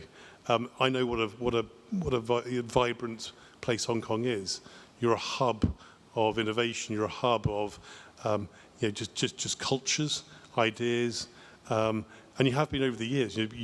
Many large international organisations started life in Hong Kong over 100 years ago.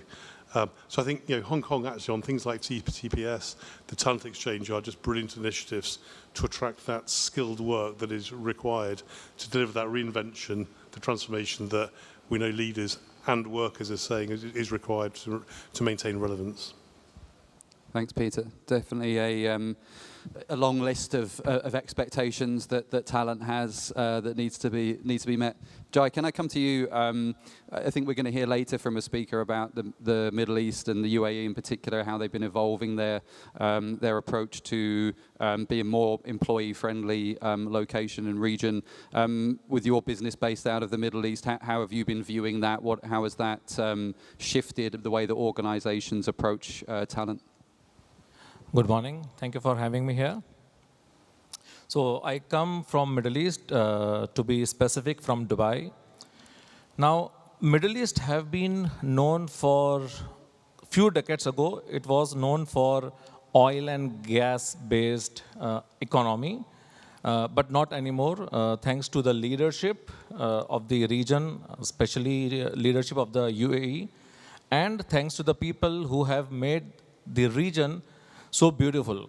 Now, how did government and the region have attracted a lot of talent worldwide? We have more than 200 nationalities living in the region. So this journey have not started recently. 20, 30 years ago, when Middle East was oil and gas based economy, the leadership had very clear vision that they want to be the number one, and not one or two, but many of the sectors. So since 1990, say 1980 and 1990, Middle East is blessed by Arabian Sea. So the port area they have used and utilized to become world's one of the largest economy for logistics and trading. Then they moved their focus to tourism. Now we have tallest building, tallest hotels, biggest mall in our region. And when we talk about tourism, the hospitality is one of the best globally when we speak about Middle East, especially Dubai, UAE. then the focus of the leadership moved to real estate. We got worldwide investment in the region for real estate. Then it moved to business easiness in the region. If we talk about setting up a business today, you can go to Dubai, set up a company in one day. I mean, you go to the authorities, give your documents, and you leave in 2-3 hours with your trade license. So the infrastructure is phenomenal in Middle East. Now, this has been a really long journey for our leadership and also for people. So in being successful in so many sectors, they have acquired talent from the globe. And every time, whenever any sector have grown amazing, they have came up with the new policies and new processes to retain and get more talent from the world. So this is how the leadership of Middle East have done everything possible to have talent globally and retain them in the region. That's great, thank you. I think I set up a business in 2004, and it definitely didn't take one day back then, so it's improved a lot. Mr. Wang, can I ask you to draw on your view within Hong Kong, and what are you seeing here with the latest policies and the demands on talent for your organization? Good morning, everyone, and thank you for having me here today. I'd like to respond to this question from two angles, personally.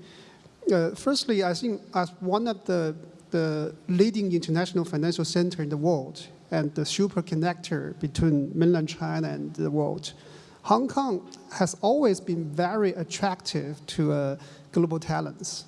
That's no doubt. Nevertheless, to continuously maintain its competitiveness has never been an easy job at all.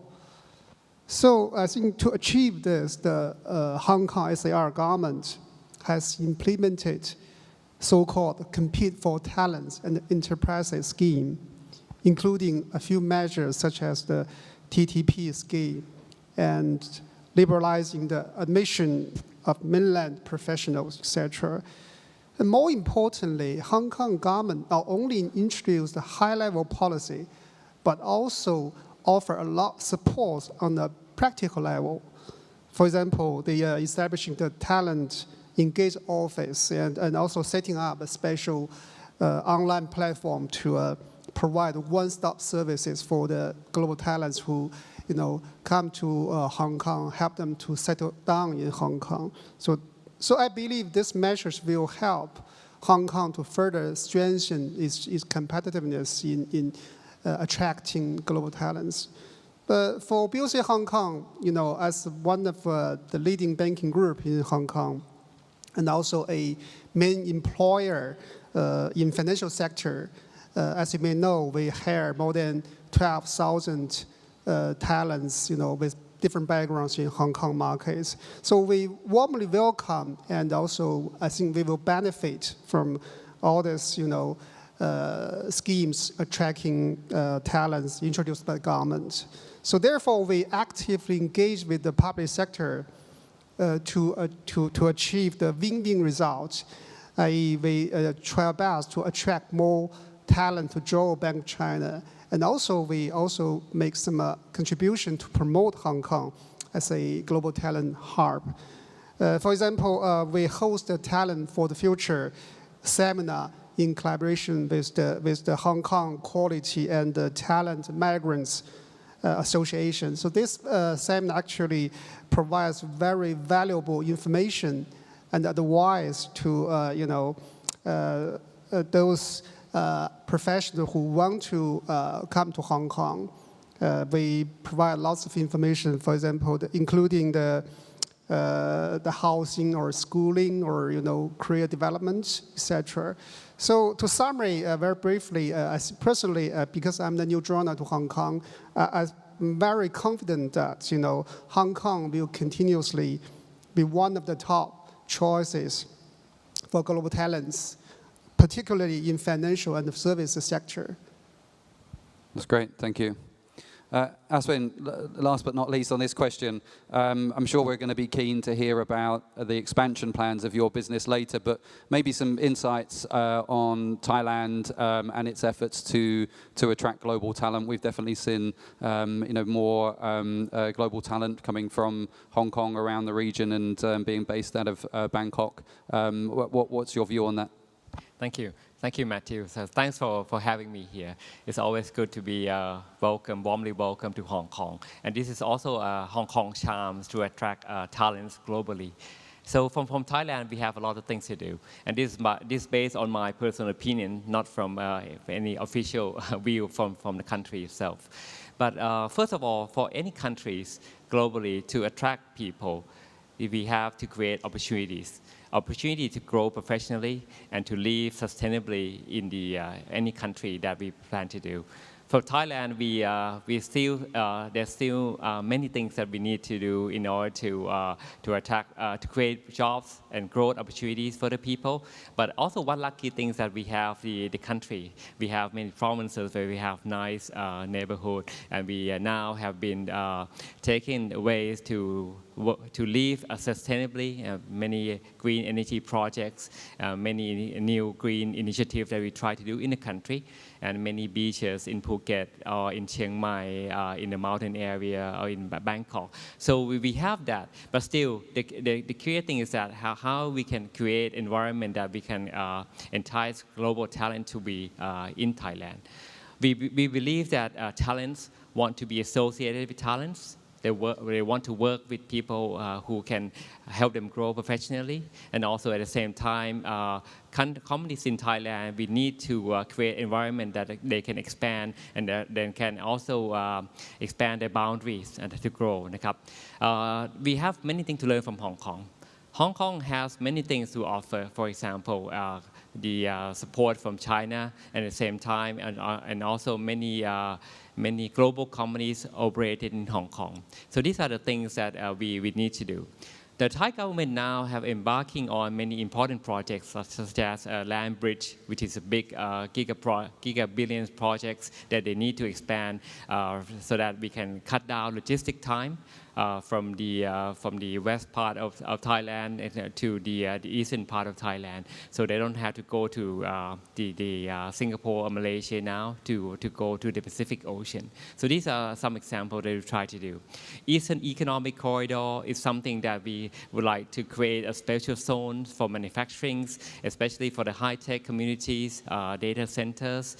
And last week we just welcomed the chairman of Microsoft to Thailand, and he also mentioned that to expand to data centers, and we have many green electricity projects to support all types of the data center.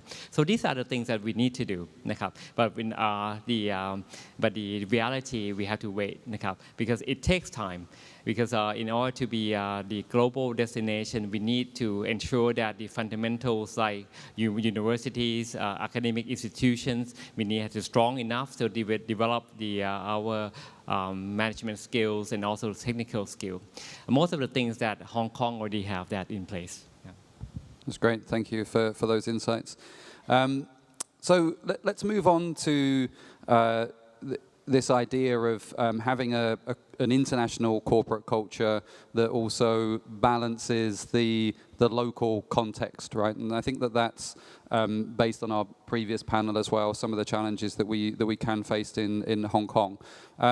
Peter, maybe I can ask you first. PwC is a global business. And obviously has to adapt to local cultures. You work with clients that probably face some of the same challenges. How do you see this being dealt with in the best way?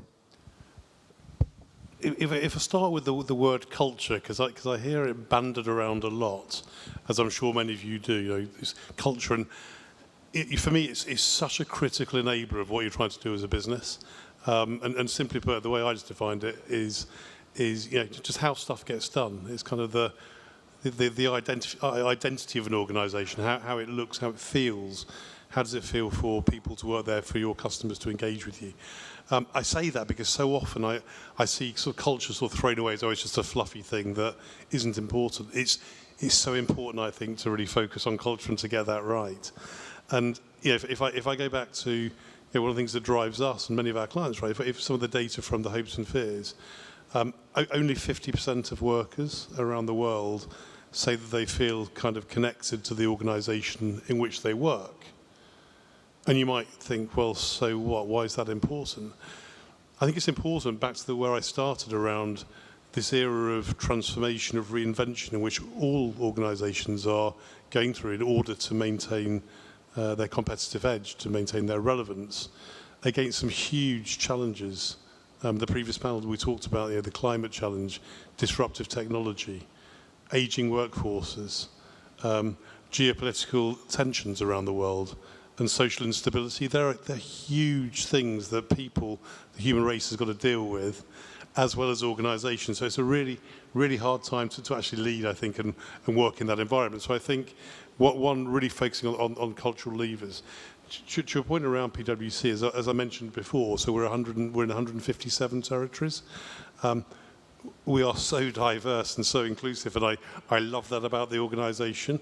And it's not totally by accident. So globally, we're totally aware of the fact of we've got to be attuned to regional and local differences. All member firms of the PwC network are part of the Inclusion and Diversity Council. They will sign up to two metrics around inclusion and diversity. One is actually around gender, and the other is any other metric or variable that's important in the local context of the territory firm. And I think for us that allows us to get that sort of, there are globally some things that are things that we really want to drive, but it really taking into account of the local market and territory. Secondly, we're a member of the World Economic Forum Parity Alliance, and that's an organisation where many corporations sign up around promoting inclusion and diversity around the world to create that more equitable workforce. And then if I think some examples again at PwC around how we're trying to drive that.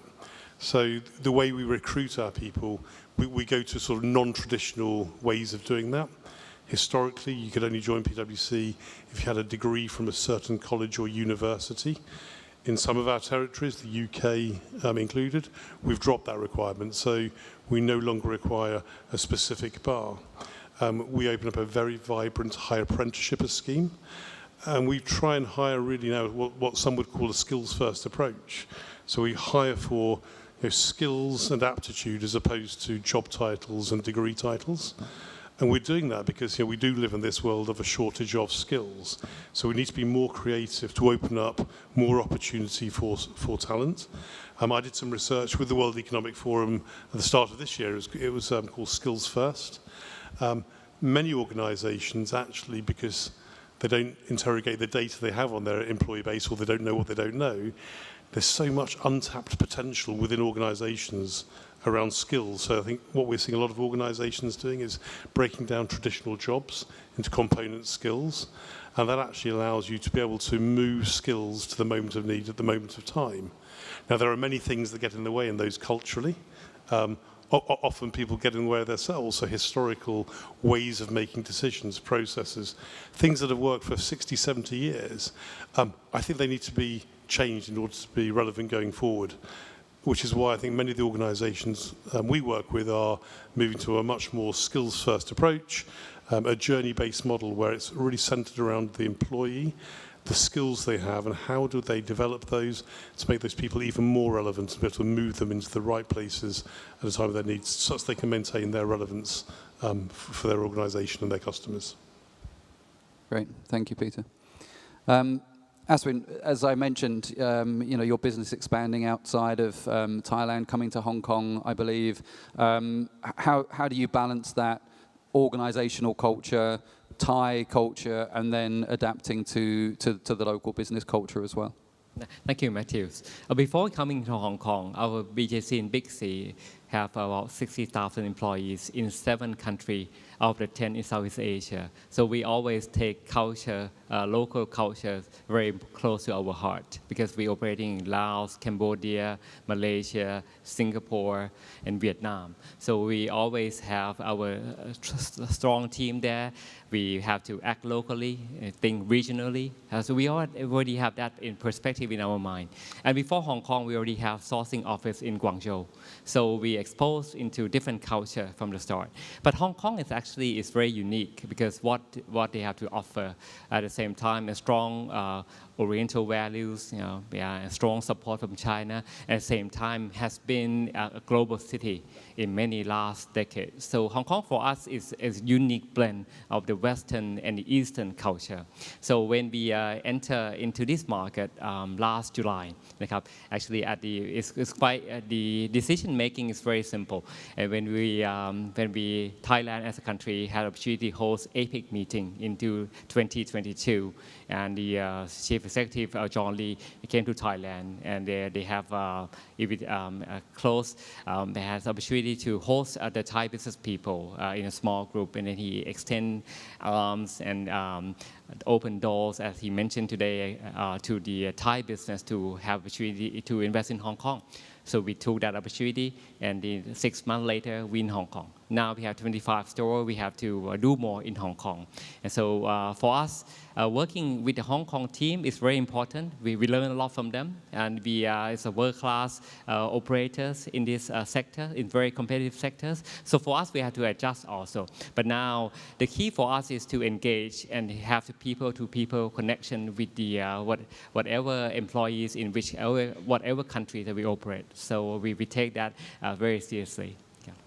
And do you, just to add to that, do you see the learning going back the other way when you go to other locations? You pick up best practices? Yes, that's right. The key for us is to grow top talents in whatever country we operate, and we aspire to have our top team to come from each country. And at the same time, we also would like to expose them to different cultures. The first conversation we have with our Hong Kong team is that we also would love our Hong Kong team to lead operation in outside Hong Kong as well. Because now the carry part for our Hong Kong team is not just only Hong Kong or China, but in other Southeast Asian countries. When we come to, at the same time, we also would love to have our Thai team, Cambodian team, Lao teams to work in Hong Kong and Greater China. That's how we can blend and create a coherent culture, Southeast Asian plus Hong Kong and plus global culture in our organization. Thank you. Mr. Wang, can I ask you to sort of share about culture building at BOC HK and maybe some of your experience of coming here into the business? Of course, thank you, Matthew. As you may know, BOC Group actually is a true MNC. We're operating in more than 60 countries and regions recently. Actually, as the day one, the Bank China Group establishment, we have the international DNA in our blood because we are dedicated to be a foreign exchange or the international settlement bank. And as the first and the key member, overseas member of BOC Group, BOC Hong Kong also benefit from this legacy of being international. And BOC Hong Kong, itself became a real regional bank after it is acquired 9 Southeast Asian subsidiaries in the branch in 2017. More importantly, I think we serve thousands of MNCs, including both corporate and institutions. So therefore, our customers and our counterparties in our business, has been very international. So this all factors, require us, even push us to be international, to build up a international culture. I have to say it's a really challenging job for myself and my colleagues. But so far, we do not very bad job. And we, always been very committed to, fostering a very open and very people-oriented international culture. That do help us to attract lots of talents with different background and build up a a very outstanding professional workforce. To wrap up what we do right, I think three things come into my mind. Firstly is in integration. I think the most important is the integration of the culture establishment with our business strategy. So we try our best to fully embed our culture established with our business strategy. So that's the, when we do these things right, I think other aspects of integration become much easier. For example, the international standard with the and the local practice, and also different background staff integration, and also our Hong Kong headquarters with other Southeast Asia branches subsidiaries. So that's the first point. Second, takeaway is the innovation culture. So I think any organization operating in different markets will face the barriers or conflict, caused by different market, different legal system or regulation system, and also even language.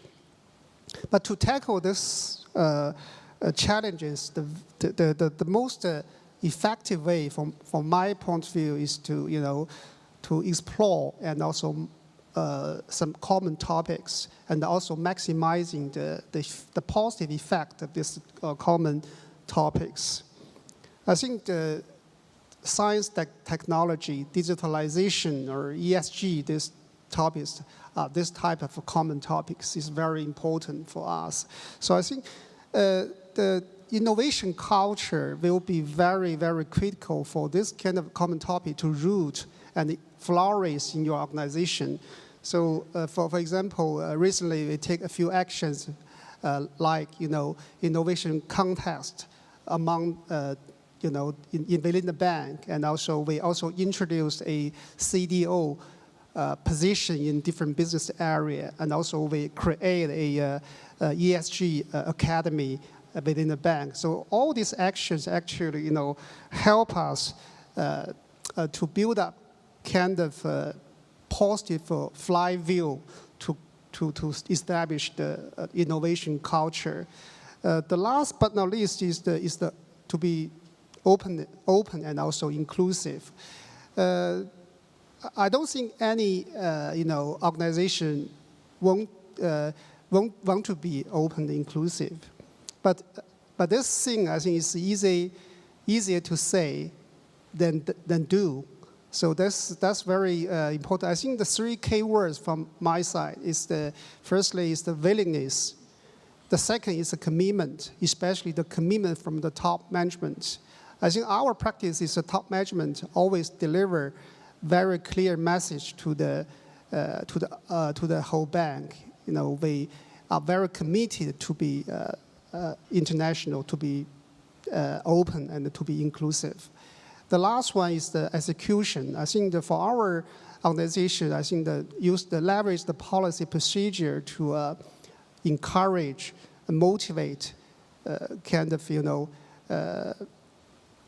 very open culture is the critical. So we actually, for example, we introduced a few schemes to encourage exchange of our staff to expand their expertise horizon, and also we encourage headquarters staff go to Southeast Asia branches to take the local roles, and also some other actions. These a few actions I think really help us to build up a very dynamic and vibrant kind of culture. Thank you. That's great, thank you. And echoes Peter's earlier point that culture is what you do, not just what you say and what goes on within your organization. Jai, I want to come to you because your business model has an additional complexity. So outsourcing, offshoring, you're building external teams to support corporate cultures. How does this play out for you in terms of your international growth and those cultural complexities that you see? So when we started business in Dubai, initially we grew within the country, which is UAE. Then we started our service delivery center in India. So we failed miserably. because I was born in India. So I thought we know the corporate culture, people mindset, the local culture in the city itself. We thought we know that. But it's entirely different because I left India 20 years ago and I have spent 20 years in Dubai. So things have changed, right? So what we did is we established a local leadership team in India. 60 or 70% of our corporate culture, corporate governance, corporate policies are made in our headquarters. And 30 or 40% of the policies and culture-related corporate governances, we have empowered local leaders within the country to establish and run the business in the country. Now, we, IBT being outsourcing and offshoring company, as a CEO, my biggest job is to retain employees and control the attrition ratio because our business is based on people, outsourcing and offshoring, whether it's on-site, within the country, or offshore. So people are the most essential part of our business.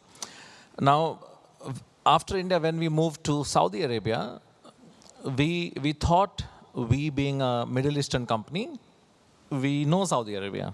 But again, it was not that great experience. So we replicated execution style what we implemented in India. We had a local leadership team in Saudi Arabia as well. Saudi leadership team was empowered to take the local and regional decisions to make sure the attrition ratio doesn't go more than 5% or 6%. And that's how, by failing and learning, and again failing and learning, we have grew and made sure that attrition ratio is always maintained, emphasizing on employee retention in our business. That's great, thank you. Always good to hear about the failures along the way, and that's always a great learning experience. I'm just mindful of time, so I'm just going to draw together a couple of our final questions so that we can involve some of the audience questions as well. And Jai has kind of moved into talking about some of those barriers that you've faced along the way, and then thinking about learning from those and the best practices for establishing multicultural, multilingual, adaptive, embracing organizational cultures. Aswin, maybe I can come back to you just in terms of that regional scope that you talked about. Maybe you could share with us some of the key barriers and how you've overcome them. Yes, thank you. Thank you, Matthew. This is a great question. I agree with what Peter mentioned about culture is very important. So one of the things, the challenges that we face in operating in different countries is the culture differences. It takes some time.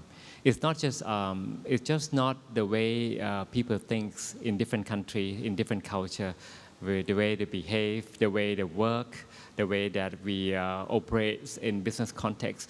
These things take some time.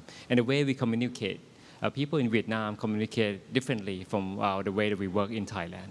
So the way we organize our office space, the way we organize activities that people can blend differently. In our hypermarket in Vietnam, we have fitness and gym inside the working area. In Thailand, it's different because because our store in Thailand from the Western culture, from the France. We got the asset from the French group that operating in Thailand, and also Carrefour store in Thailand. It's different from what we have. In Laos and Cambodia, the pace is a bit slower life. So the way we communicate with people, it allows asking things to work. They do it at different pace. Hong Kong is also different. Hong Kong now, we try to adjust into the way that we work with our Hong Kong team. It takes some time. So the challenges that we face is the way that we interact people and try to get the best our team members here.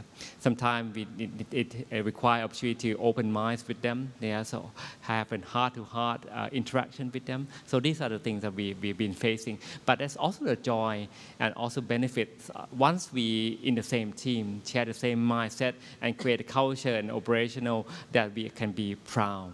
I think that will be very rewarding. Yeah. Absolutely.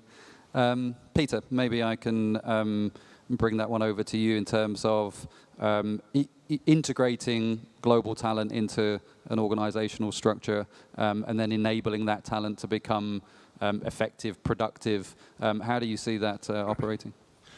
I think many organizations spend a lot of time attracting, and Matthew, you probably know this from your companies. I think where a lot have a challenge though is then the retention part, which is really difficult. And I think in really simple terms is make sure the reality matches what you've told the candidate before they've joined. And often if there's a mismatch, you see some challenges there. But I think if you're saying you want to embrace new ideas, different ways of thinking and all the rest of it, then if the individual doesn't feel that and find that, then they'll typically look for an opportunity elsewhere. And I'll just make a point there around sort of data, right? So in the world in which we live and in terms of social media platforms, workers aren't afraid to tell people very quickly around that experience. So I think there's something to think about there. But I think the point around data, many organizations collect so much data on their employees, matter surveys, sentiment surveys, and yet do very little with it. I'm going to mention two letters that haven't been mentioned in this panel yet, but it would be a crime not to, which is AI and Gen AI, right? So the ability to use Gen AI now to exploit that data, to really understand what your workers are saying, what they want, is something I definitely advocate. Second thing I'd mention is just in this world where we are all sort of changing, transforming against the challenges, what we're seeing is a real disconnect in what leaders think and what workers think. So 58% of leaders, CEOs, will say their organization, their leadership tolerate small-scale mistakes and errors and agreeable dissent, i.e. having a slightly different point of view. If you ask workers the same question, that drops right down to 25%. And I say the reason that's important is if we are in a world of transformations, maintaining relevance, which we are, you need your workforce to be really safe and feel they're in an environment where it's okay to have a different point of view, to make small-scale mistakes. Right? And I think if you're innovating, you are going to be making mistakes if you're innovating at full stretch. I think the third point I'll just make, Matthew, is around focus on leadership. The challenges we face around the world at the moment are huge and in many cases existential. Think around the green transition, the power of Gen AI, disruptive technology in particular. We set up a couple of years ago the Centre for Transformative Leadership because so many of our client organisations and actually ourselves were just trying to figure out how do you lead in the context of the world in which we live, because there is no playbook. And I think focusing on leadership, both at the top level, but all the way through the organisation to enable your people to be empowered, equipped to deliver against the transformative agenda in which many of them are currently living today. Great, thank you.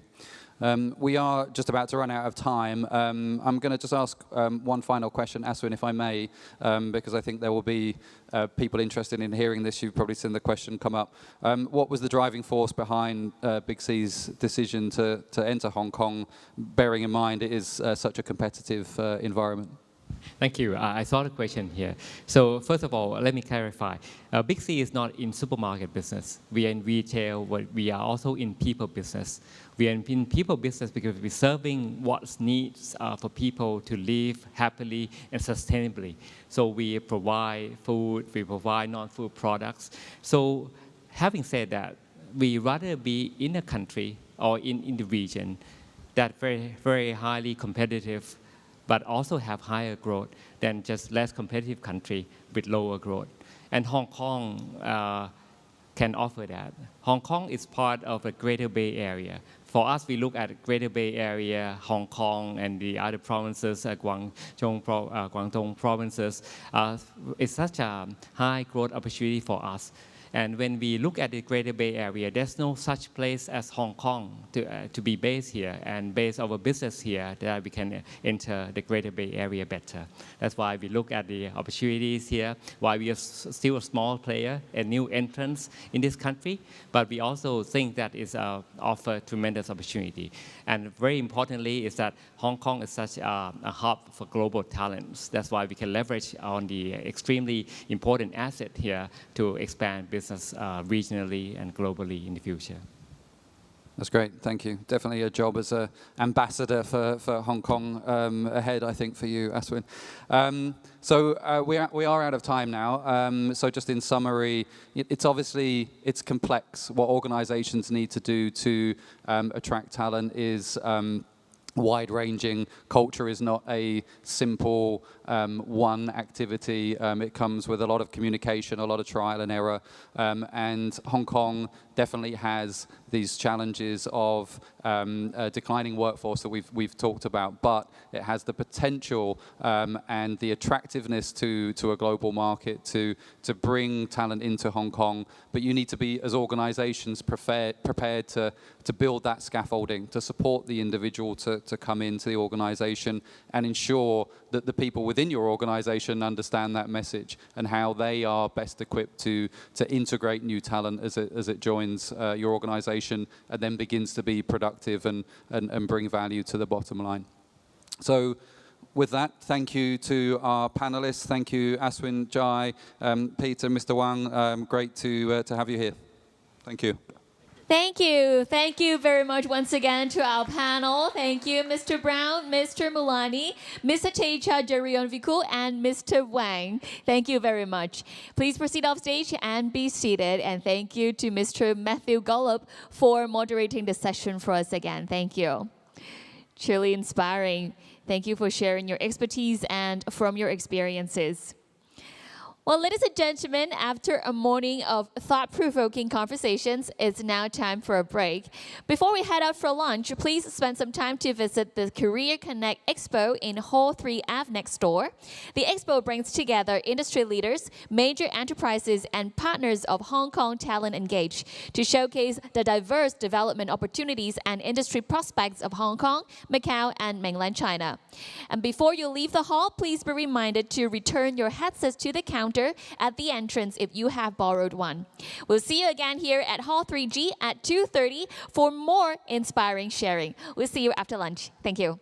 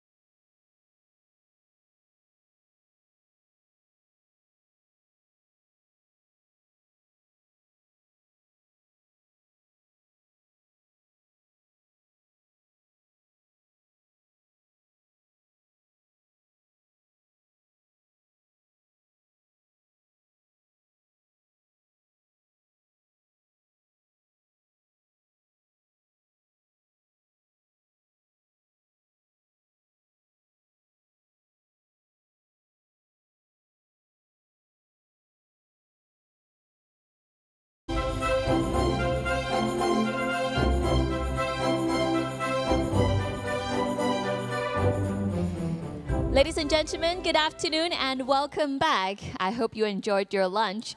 Our first session this afternoon will be on unlocking success, best practices in talent attraction and retention strategies in the United Arab Emirates. We're honored to have Mrs. Fatima Al-Hadri from the UAE to share with us their best practices on talent attraction and retention. Her presence and expertise will undoubtedly enrich our understanding and inspire us to enhance our own strategies in this vital area. Well, before I hand the stage over to Mrs. Al-Hadri, I would like to once again remind our audience to also participate in the Q&A session. You can scan the QR codes on the screen right now to submit your questions later on to Mrs. Al-Hadri, and I'll bring your questions to Mrs. Al-Hadri right after her presentation. Now, ladies and gentlemen, please put your hands together and welcome Mrs. Fatima Al-Hadri, Director of Investment and Talent Attraction Department, Ministry of Economy of the United Arab Emirates. Please welcome Mrs. Al-Hadri.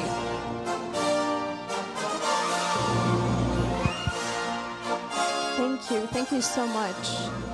I'm very, very delighted to be joining you here today at the Global Talent Summit.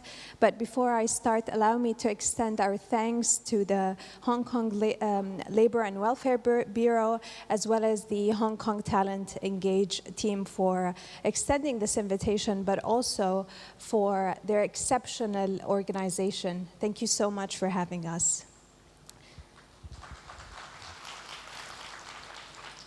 I think we've already heard some very, very great insights from the panelists earlier this morning. A lot of them obviously gave us some insights from an academia perspective. We've also heard some insights from a private sector perspective. But I'm here today to share some public sector perspective. So what is the role of the government in talent attraction and retention? And I'll be walking you the strategy of the UAE's talent attraction and retention strategy that was formulated in 2021. But before I delve into the details of the strategy, it's important to give you some context about the UAE's unique landscape. So for those of you who are not familiar with the UAE is a federation of 7 emirates. Many of you might be familiar with Dubai and Abu Dhabi, but along with 5 other emirates, collectively they make the United Arab Emirates. Now, the United Arab Emirates did a lot of efforts in terms of diversifying its economy the past 50 years. We're relatively a young country, and we're relatively a small country. So in the past 50 years, we did so much in terms of diversifying in our economy. And we celebrated our Golden Jubilee in 2021. At that time, the government decided that we need to start planning for the next 50 years. So the government launched the projects of the 50. And what the projects of the 50 essentially is, it is a roadmap for the socio-economic development of the United Arab Emirates. Now, why do I mention this national initiative?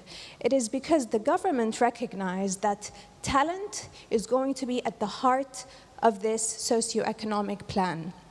And the government also realized that human capital is going to be the driver of this socio-economic development plan. So what is this strategy? Again, the vision, or the overarching vision, is to establish the UAE as a top destination for global talent and to be able to drive the national knowledge economy. We have very big ambitions in terms of transitioning to a knowledge-based economy, so we need to have the talent pool to deliver on this strategy. The mission is to establish the UAE as a leader in talent competitiveness. We need to develop policies and programs that attract talent, but also be able to provide an entire ecosystem that supports the retention of this talent. So if we look at the UAE strategy, it has 2 main strategic themes. The first one being attraction, and the second one, which we think is equally important, it is the retention of talent. Now, if you take a closer look at the scope of this strategy, I don't want to bore you with the details, but I think this is a very important slide. If we look at the supply perspective and we look at the talent value chain, we see that it starts with education. Professor David mentioned it he articulated it quite well on the importance of education. And the next thing is reskilling and lifelong learning, both of which come under the cluster of development. Now, the UAE doesn't really focus on this part, and the reason being is that we sort of adopted a laissez-faire approach, and we believe that the private sector is naturally going to take care of its talent pool. And this is quite evident with the previous discussions that we heard. Instead, we're going to be focusing on attraction, and we're going to be focusing on retention. The whole idea is to augment the existing national talent pool with a very highly skilled international human capital that can accelerate this transition to a knowledge-based economy. Ideally, what we want to do is to make sure that the talent pool can accommodate our economic ambitions. So how do we do that? The idea, again, is to have 3 strategic goals. The first one is to be the top 10 globally in terms of global talent competitiveness. The second one is the strategic sectors that we've identified as the government. We need to make sure that talent is readily available to cater to the needs of these strategic sectors. And thirdly is establish the UAE as a destination for choice for global talent. Now, the third one is particularly important because when I say a global choice for talent, it is not just a place for them to work, it is a place for them to invest, it is a place for them to live. And because this is very broad in nature, we need to take into account so many different elements. We need to look into social security, we need to look into social wellness, we need to look into aspects like quality of life. And so it becomes a very holistic plan to ensure that employees are well catered for. So what we did is exactly that. We focused on a very, very broad spectrum that includes all these aspects. So for example, the UAE is actually, from an education perspective, we have around 18 curriculums. The first national Chinese curriculum outside of China is in the UAE. We noticed that there is a growing influx of Chinese into the UAE, and so we recognize the importance of having a school that can cater to the demands of these employees who are looking to relocate into the UAE. And this is just one example. The UAE is home to more than 200 nationalities, each of which, of course, has different needs and has very specific requirements. And as a very open nation, we need to make sure that it is catered for from beginning, so from preschool all the way up to retirement. We need to look at these specific needs and address them at every single stage of their life. It is not just about the employee any longer, but it's more about catering to the families of the people that are relocating to the UAE. And so this is what makes the strategy very, very holistic. Now, if we move on to the KPIs, or the ways that we monitor or assess our performance in terms of attracting talent, again, the first one being a global talent, a leader in talent competitiveness. And for the UAE, we've assigned 2031 as our year to be one of the top 10 countries. And then the second one is ensure the availability of talent in these strategic sectors. And as you can see, we're already on the 12th place as of 2023. We're only 2 rankings away from the target of 10, of the top 10. If we look at the third key goal, which is being a top destination of choice, again, the UAE is positioned as the 4th most competitive country in the world in terms of brain gain ranking. The goal is by 2023 to be among the top 3 countries. Other talent competitiveness indices where the UAE is very well positioned is INSEAD's Global Talent Competitiveness Report. It's actually the 22nd globally competitive country. We're the 3rd globally in terms of the Digital Skills Index, the 4th in terms of Brain Gain Index, and the 7th in terms of the ease of finding business, skilled employees. And then another very important index or report is the IMD Global Talent Competitiveness Report. We also ranked as the 22nd competitive market. We're the 1st regionally, and we're also the 3rd in the Foreign Skills Employees Index. So where are we today and where do we stand? I think this is a particularly important time for us because we've already achieved 90% of the UAE strategy in just 3 years. And the strategy covers a lot of policy reforms and a lot of, I would say, initiatives that support the talent strategy. I don't have the time to walk through all of them, but I think 3 of them are particularly interesting to mention, which is the introduction and the modernization of the residency system. Prior to these changes, employees were tied to an employment contract, so the residency was tied to their employment contract, which typically is a 3-year term. This doesn't really give the employees a sense of belonging, and we needed to amend this social contract. And so we introduced the green visas, which is 5-year visas, as well as the 10-year visas, which are 10-year investor or high-skilled visas. Now, another important initiative to mention, and this relates to Social Security, is the introduction of a savings scheme. Prior to the introduction of this law, employees were entitled to end-of-service benefits, which is some sort of gratuity scheme. Now, this worked for a very long time, but again, we needed to amend it to sort of give employees the comfort and willingness to be in the UAE. So the savings scheme was also introduced as an alternative to the end-of-service benefits, and now actually employees can choose to save their end-of-service in multiple, let's say, financial investment programs. Obviously, depending on their risk appetite, they can now instead deploy this capital for, let's say, an alternative to a pension scheme. And another equally important initiative was the introduction of the unemployment law. Again, prior to that, like I said, because the residency system was tied in with the employment or with the contract, in case of termination, people had a very limited number of time to sort out things until they're no longer eligible to stay in the country.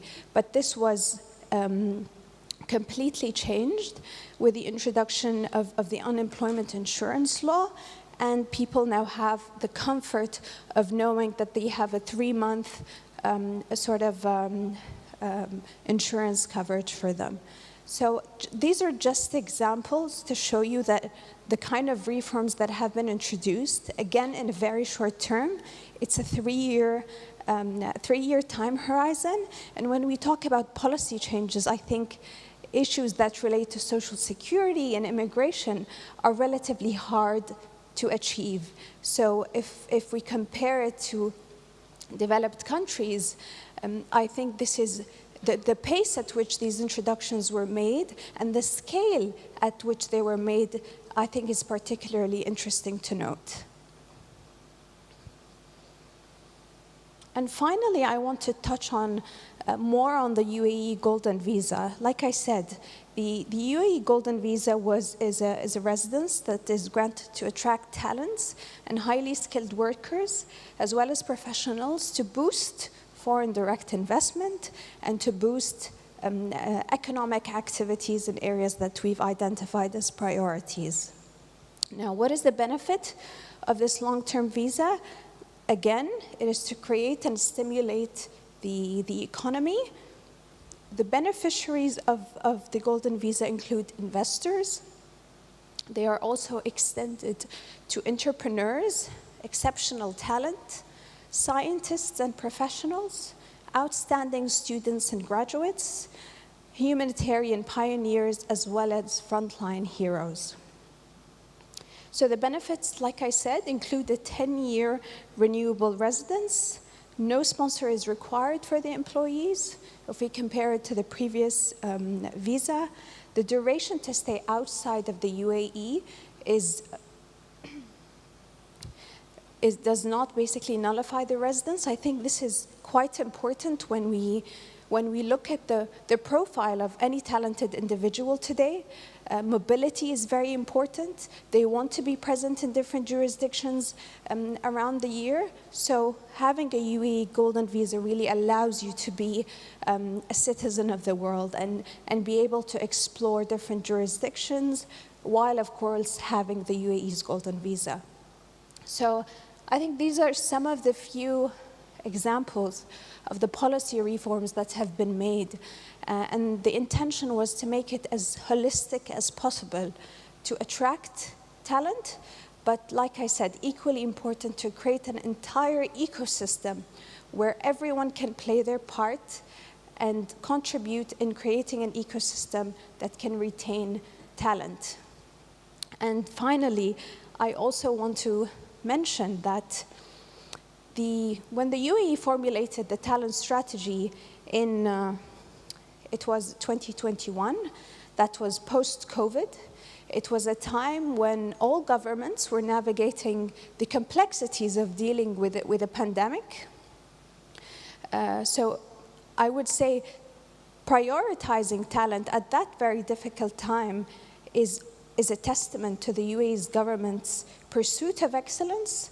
It's a testament also to its focus on creating an environment that is conducive to investments and conducive to attracting talent.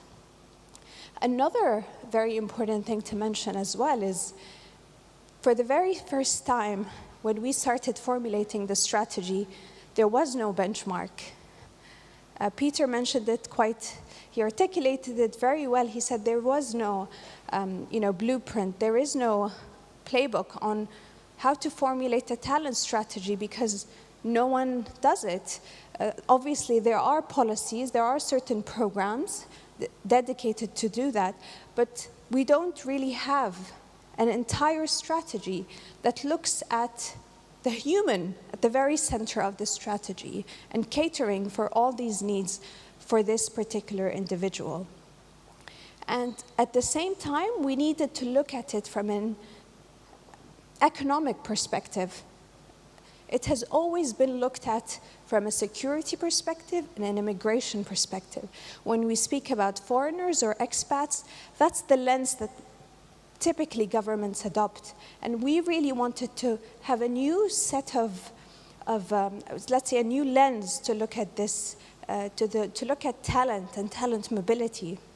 And by adopting an economic perspective, we can mobilize all the different stakeholders to actually contribute in materializing this very strategy. So I'm very glad to have the opportunity to share the example of the UAE and say that now we've achieved 90% of the strategy in less than 3 years. We are proactively working to realize the remaining part of the strategy. But because the talent landscape continues to change, we also want to remain agile and dynamic and make sure that we take into account all the different factors that continue to influence people's consideration when they look at relocating.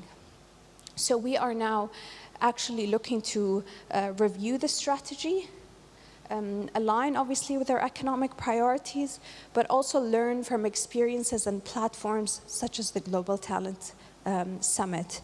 So thank you so much once again for extending this invite, and thank you so much for having me. Thank you. Thank you. Thank you very much, Mrs. Al-Hadri. Please remain on stage. Thank you for the informative presentation that really shared a lot with us about the strategies and very comprehensive initiatives that you have at the UAE for talent attraction and retention. So we have actually received several questions from our audience. If you don't mind, we'll start with the first question here. So the first question is, how does the UAE government collaborate with businesses to ensure effective talent attraction and retention strategies are in place? Thank you so much. I think that's a great question. Like I said, because the strategy is very holistic in nature, we obviously recognize the importance of engaging with the private sector. Mm-hmm. And I think one area that has been a particular success for us is our collaboration with LinkedIn. So through this collaboration, we've been able to get very valuable insights on the talent profile. What does the talent profile look like in the UAE? What does the digital skills profile look like in the UAE? Where are we seeing some trends like talent migration, both inward and outward? So all of these insights really help the government in terms of understanding the landscape in real time. Instead of just having to wait for labor statistics or whatnot. Obviously, this is valuable, but it is complementary to what is being provided. So I think collaborating with the business from this perspective and leveraging on technology has been particularly important and interesting. Right, that it's the use of data analytics and also big data and also insights from LinkedIn, which is a great platform as well, one of our partners at the summit. Okay, thank you. And the next question is, how does the UAE government ensure diversity and inclusion in its talent attraction and retention policies? Like I said, the UAE is home to more than 200 nationalities. And I think the idea of inclusiveness and openness is really part of the ethos of the UAE government. It's something that our forefathers really embedded in the UAE society and really sort of cascades down to all institutions. I think the example of having different curriculums is a great example of that.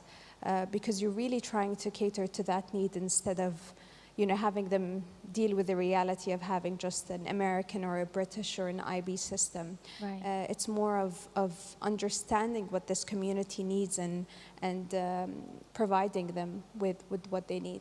I find it really encouraging as well as a Chinese to have a curriculum there in UAE available for Chinese people relocating or relocated to the UAE. And it's always good to have the government actually setting a great example for businesses to follow when it comes to inclusion. Thank you very much for answering to that. And we have one more question from our audience that asks, how does the UAE government measure the effectiveness of your talent attraction and retention policies? Well, I think I demonstrated the KPIs. Obviously, from a monitoring and evaluation perspective, that is sort of what we try to gauge and measure. So we have very clear KPIs to measure our ability to attract and retain talent. But obviously, we also have different methods. We, again, going back to our point of collaborating with businesses, we work very closely with other partners that help support us in terms of surveys. So understanding the sentiment of the business community, because maybe the official statistics are very nice and fluffy, but if we get a closer understanding of what the business is experiencing, it may reflect something else. So we always try to make sure that we have a very comprehensive input when it comes to formulating the strategy, but also monitoring and evaluating it. So I would say, surveys along with our KPIs. Right, the surveys and the KPIs, and that will also help you to do regular reviews on the initiatives and strategies that you're having at UAE. Exactly. All right, thank you very much today, Mrs. Al-Hadri. I'm afraid we have only this much time for all the questions that we have. And thank you so much for the presentation today. Let's give a big round of applause to Mrs. Al-Hadri for the presentation. Thank you so much. Well, moving on, we're going to have a seminar on empowering tomorrow, shaping the next generation of talents and leadership. Before the start of the seminar, once again, allow me to remind our audience to please scan the QR code showing on screen right now to submit your questions. You may submit your question to our next presenter, and I'll bring them to the presenter after his presentation. So coming up to the stage will be Dr. Chris Maxwell, co-founder of 10,000 Hours. Dr. Maxwell is based in Australia and is dedicated to enhancing the professional expertise of leaders and teams. Through teaching, training, and facilitating, he engages with individuals and groups from the world's leading organizations, aiming to cultivate their skills and capacities for professional development. Now, ladies and gentlemen, please welcome Dr. Maxwell.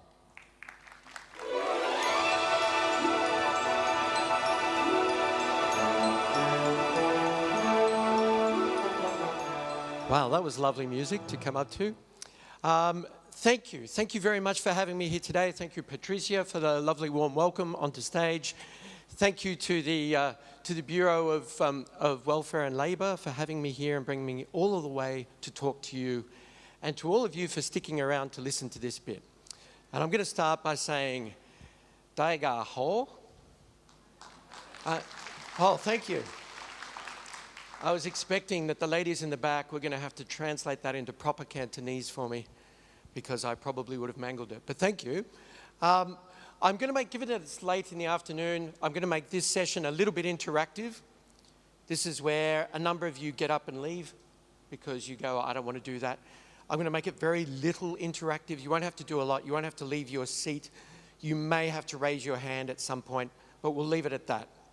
What I'd love to talk to you about today is, we've talked a lot today about the importance of attracting appropriate talent, particularly into such a global hotspot as Hong Kong.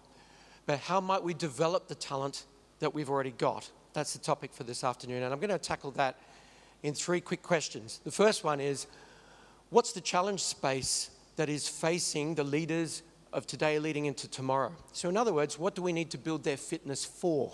What is it that we're trying to get them able to deal with? Given that, once we've established that, well then it's okay, so what is the type of leader that we're going to need? What do we need to develop them for? And then thirdly, if we know what we're trying to build, how might we go about doing that? If we've got any time at the end, I might do a case study. Otherwise, if Patricia gives me the nod that there's a lot of questions, we'll go to those instead. So that's what we're going to do. We'll start with a challenge for tomorrow's leaders. Now, this is one of those slightly interactive pieces we're going to start with. I'm going to throw a couple of acronyms up on the screen. You raise your hand if you've seen them. This is the first one, describing the external context. If you've heard of VUCA before, just raise your hand and wave it at me. Some of you waving. Nice, okay. If the person next to you waved, I want you to turn to them, nod, and say, that's impressive. Just do that. Some of you didn't. Does anybody know what any of the, and big loud voices, if anybody happens to know what any of those letters stand for? Just shout any of them. Preferably in English. No? Let me throw them at you instead. Okay, if you get first guess, V stands for volatility. U for uncertainty. C is complexity. A is ambiguity. Together, they are supposed to be a description of the external environment that increasingly our leaders are trying to deal with. This one is actually, for those of you taking photos of it, it's nearly 40 years old. It goes back to 1987. So it's been around in academic circles for a long time, not so much in common organizational parlance, but we're seeing it a little bit more. What has happened in the last few years is an explosion of alternative acronyms that more or less say the same thing. So you may have heard of tuna, more appropriate for people who like their seafood. This one is turbulence, uncertainty, novelty, and ambiguity again. You may have heard of RUPT. This is the one that I like the least.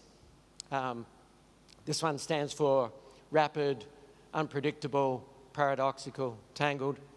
Frankly, the only reason that this one gets any currency is so that the guys who came up with it can put the letters DIS in front of it and go, we're going to disrupt the RUPT, which frankly, I think doesn't justify giving it any credence. But there it is. It's on the board. And that was the Centre for Creative Leadership. I I'm also going to just throw an apology out into the audience in case he's listening to Professor David that Oxford's up there and Cambridge is not. He wouldn't be happy with that at all. And then the last one is Barney. This one supposedly talks more about the impact of the environment on people. And we're talking about brittle, anxious, non-linear, which frankly to me seems somewhat incomprehensible. But this is what leaders are dealing with.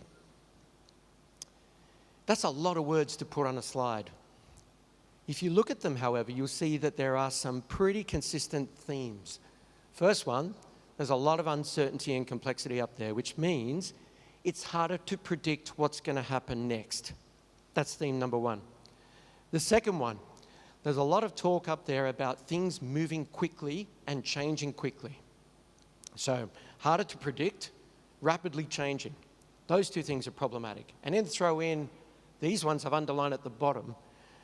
Every one of them talks to some extent about how difficult it is to make sense of the world around us as it is, how hard it is to understand it. So that's what we're trying to deal with. And in particular, I want to focus on the impact that uncertainty has on the way that we try and deal, particularly as leaders, with the world the way that it is and the way that it's about to develop. Typically, when people talk about uncertainty, they make one distinction, and they say things are either uncertain or they are not. So you can see on the screen, either we know what's going on or we don't. I'd like to make an extra small distinction for you today, which is to go, there are different classes of uncertainty. Firstly, we can talk about the difference between uncertainty that's reducible. So these are uncertainties that we can get rid of by adding information to a system. But then there are fundamental uncertainties in a way that there haven't been before. And this has implications for the way that we try and train our talent of the future. So if I put these three on an axis, and then I put them on a second axis like that, because there are two different types of uncertainty as well. Not only different levels, different types. The ones on the bottom, we're going to call determinism or non-determinism.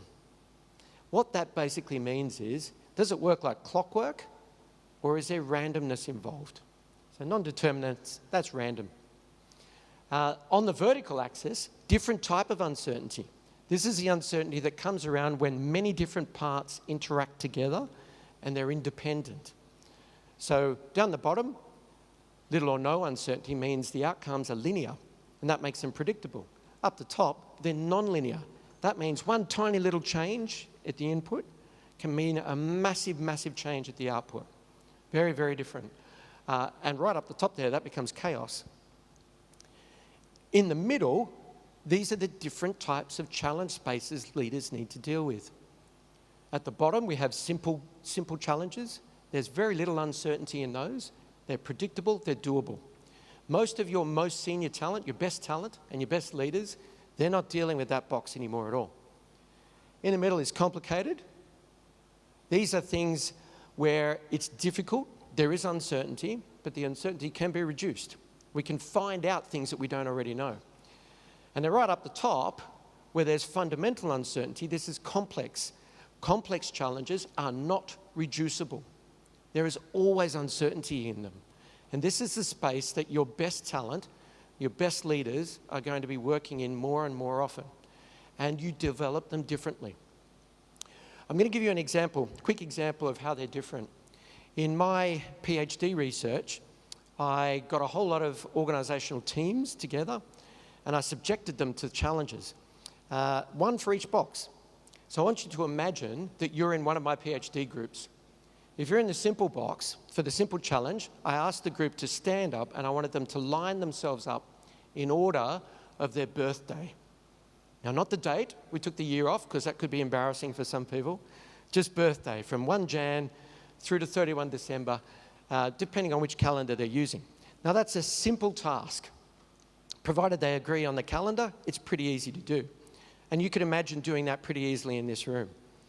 In the complicated box, we said, okay, this time I want you to line up in order of the distance of your place of birth from this room, whichever room we happen to be standing in, anywhere in the world. Now, when I first give somebody that challenge, initially there's uncertainty in it because we don't know how far. And we don't know how far each other's are. And most groups, what they would do there is they'd go to their phone, they'd open Google Maps or something like that, they'd relatively measure out how far they were away. So they started with uncertainty, they grabbed a tool, they used that to reduce the uncertainty, they solved the problem. Make sense? Then for the third challenge, I said, okay, I want you to imagine that you are about to leave the organization you currently work for. And what I'd like you to do is to line up in order of how much the business would miss you when you're gone. Some of you going, oh, I wouldn't do that. So one end of the line, these are people who are saying, the whole place would fall apart if I disappeared. They couldn't do this without me. At the other end of the line are people who look around and say, I don't think anybody would notice if I disappeared. I'd be just gone.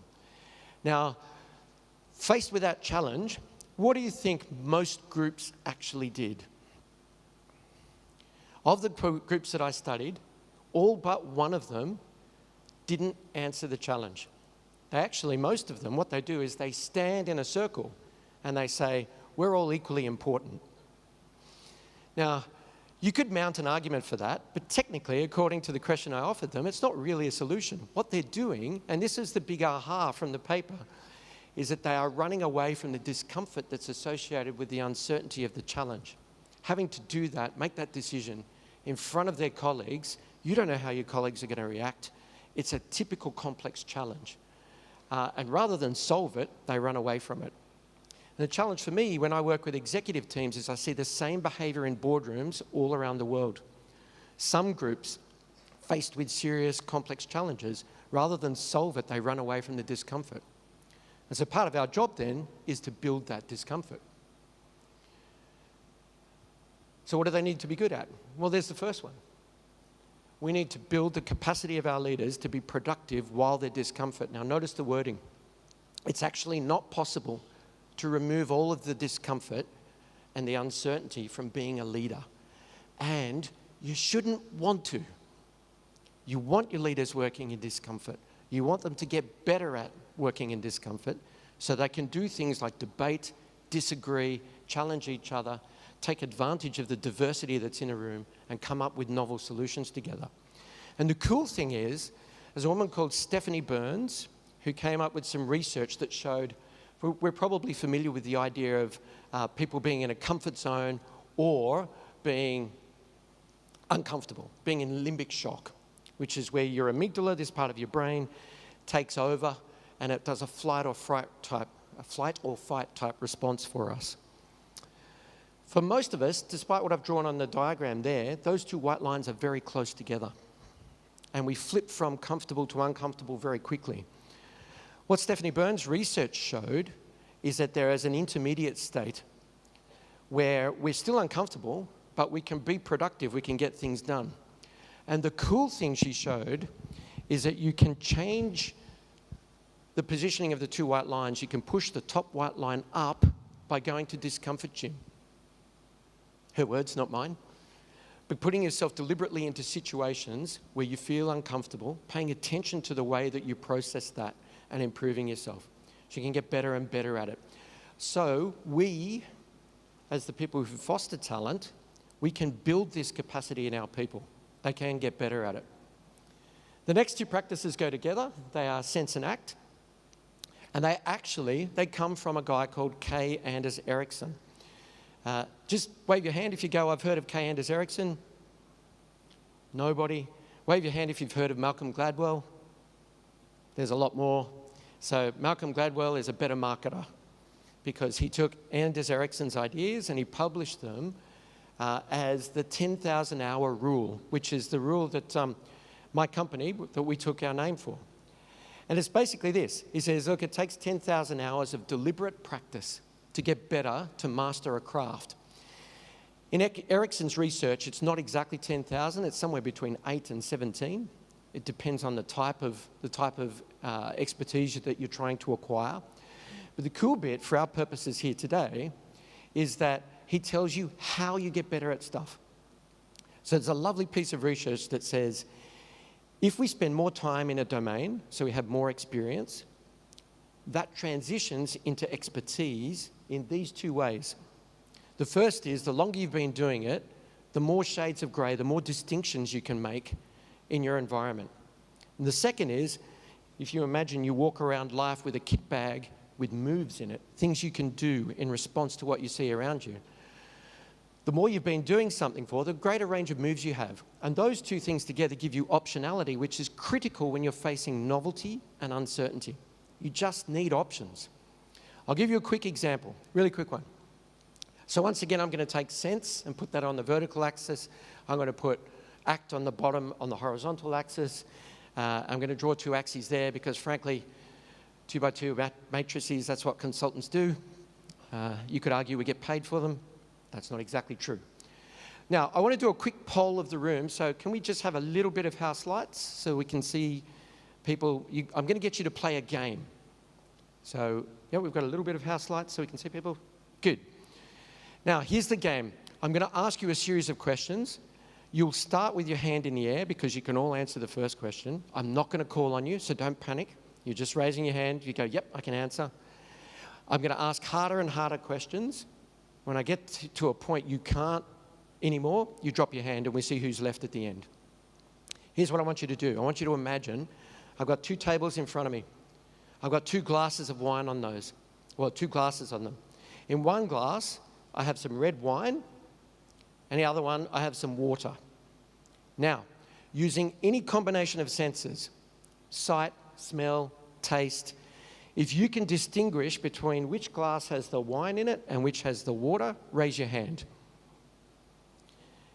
You should all have your hands up. If the person next to you doesn't have their hand up, give them a nudge because they might have dropped off to sleep. Now, keep your hand up until you can't make a distinction anymore. We'll go with red wine because we had some wonderful red wines last night. Now I'm going to change one of the glasses. What I'm going to do now is I'm going to say on one side, I've got a glass of red wine, and on the other, I've got a glass of white wine. If you can tell the difference, keep your hand in the air. I just saw someone put their hand down. That's really disturbing. One's red, one's white. Stay with me. Now, I'm going to give you a tick here. You've made a novice-based distinction. You go, I can see a difference there. It's very black and white, but you've got it. Keep your hand up. Play with me.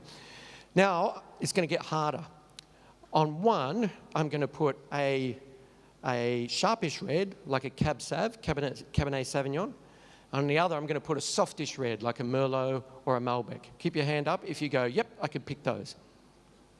That's impressive. A lot of people still have theirs. You've just earned yourself a shade of grey. Notice some people put their hands down. So you go, I've got a thing, I know a thing that other people don't. Let's make it harder. So we're going to go with Cabernet Sauvignons because apparently China is famous for these. So I'm going to put in one glass a Cab Sav from Shandong province, and the other one, I'm going to put a Cab Sav from, let's go, Ningxia.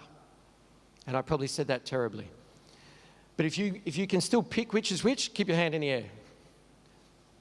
There's one. Have we got anybody else? Oh, two. There's a couple. We've still got two people in the head. Keep the hands nice and high. These people have got shades of grey you don't have at all. Okay? Some of you are going, they're kidding themselves. But no, they're not. There are people who can do that. Let's go one more. Championship round. If I said one of them is a Shandong 2016 and the other is a Shandong 2020, could you pick them? And we've lost our two hands. They might be, oh no, the hand's still up. Give this lady a round of applause. She had to wait for the translation to come through. Now, you might be wondering, going, why is it that she can tell those distinctions that we can't tell? And the tempting answer might be to say, well, she's just drunk more than the rest of us. That's not necessarily true. Some of you in this room can drink a lot more than her. What she does that the rest of us don't do is she pays attention to what she's drinking, number one. Number two, she makes sense of what she's drinking. So she'll connect it. She'll say, oh, this tastes like that time that I went away after university. Or this tastes like the wine that I used to have with my dad. Or something like that. And this brings us to the last practice that we need to build, which is being able to update our sense making. How do we connect the things that are going on around us into a coherent narrative that makes sense for us in our brain, and that we can tell other people to help them make sense. And together, these 4 practices are the practices you really need to focus on for building the talent and the leadership of tomorrow. By the way, thank you for playing along with that game. So, question number 3, and then we'll get to some questions. I love this Chinese proverb. This is perfect for development. The best time for developing someone was 20 years ago, but if you started late, at least start. Start now. So let's try and develop someone now. If you're trying to build those 4 capabilities or practices that we just mentioned, here are 3 elements that you really need. The first one, they need new, fresh ideas. That's why we do conferences and expositions like this, why we get people from around the world to come and talk to you. Some of it you've heard before, some of it you haven't, some of it sticks, some of it doesn't, but you need to be constantly exposed to new thinking and new ideas if you are going to keep your own brain up to date and keep updating your sense making. That one's critical. It's really easy and broad to do though. So you can connect to online forums, you can come to things like this, you can find yourself a university degree, you can do any of those types of things. That one, pervasive. The second and third ones, a little bit different.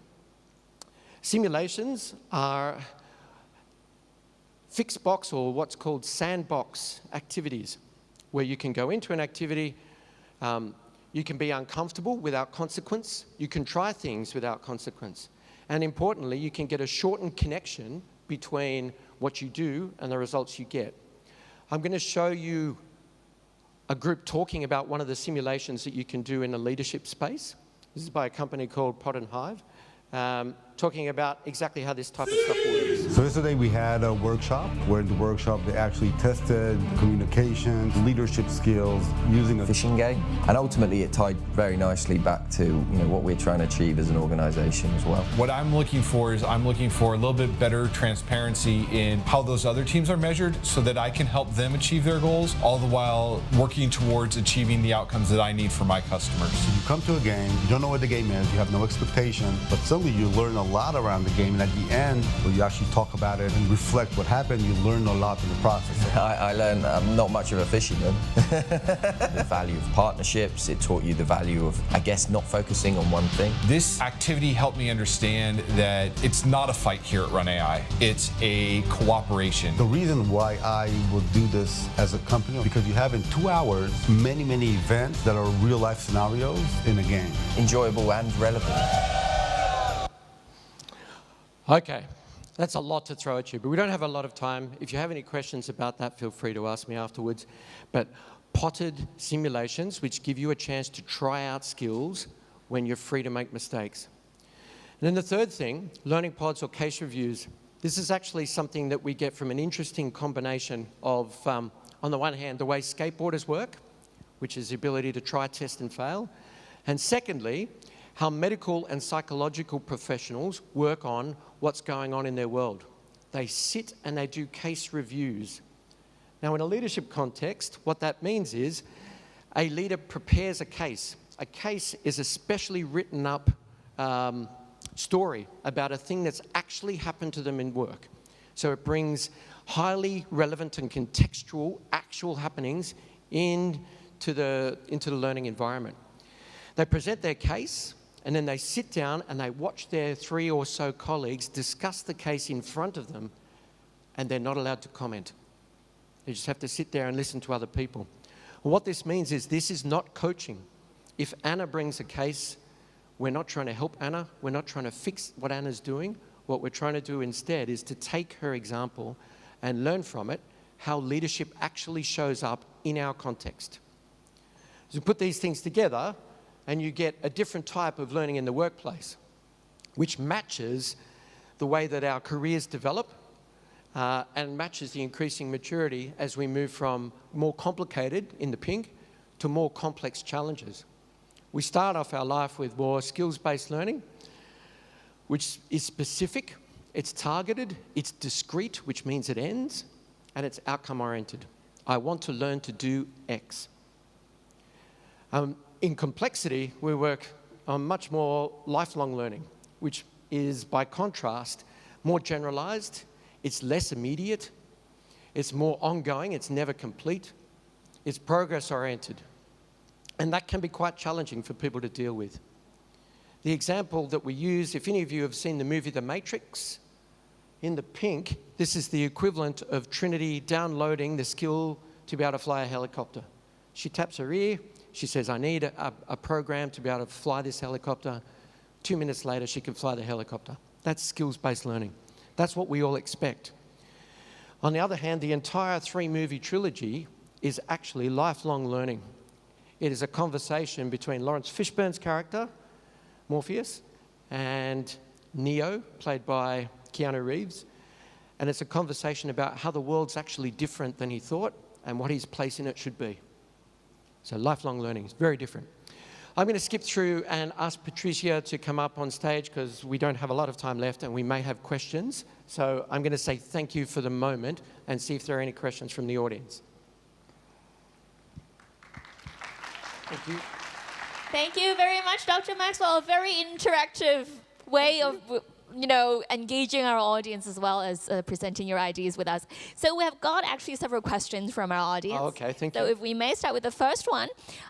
What role can mentorship and reverse mentorship play in bringing the generation gap in the workplace and fostering knowledge transfer? What's your take on that?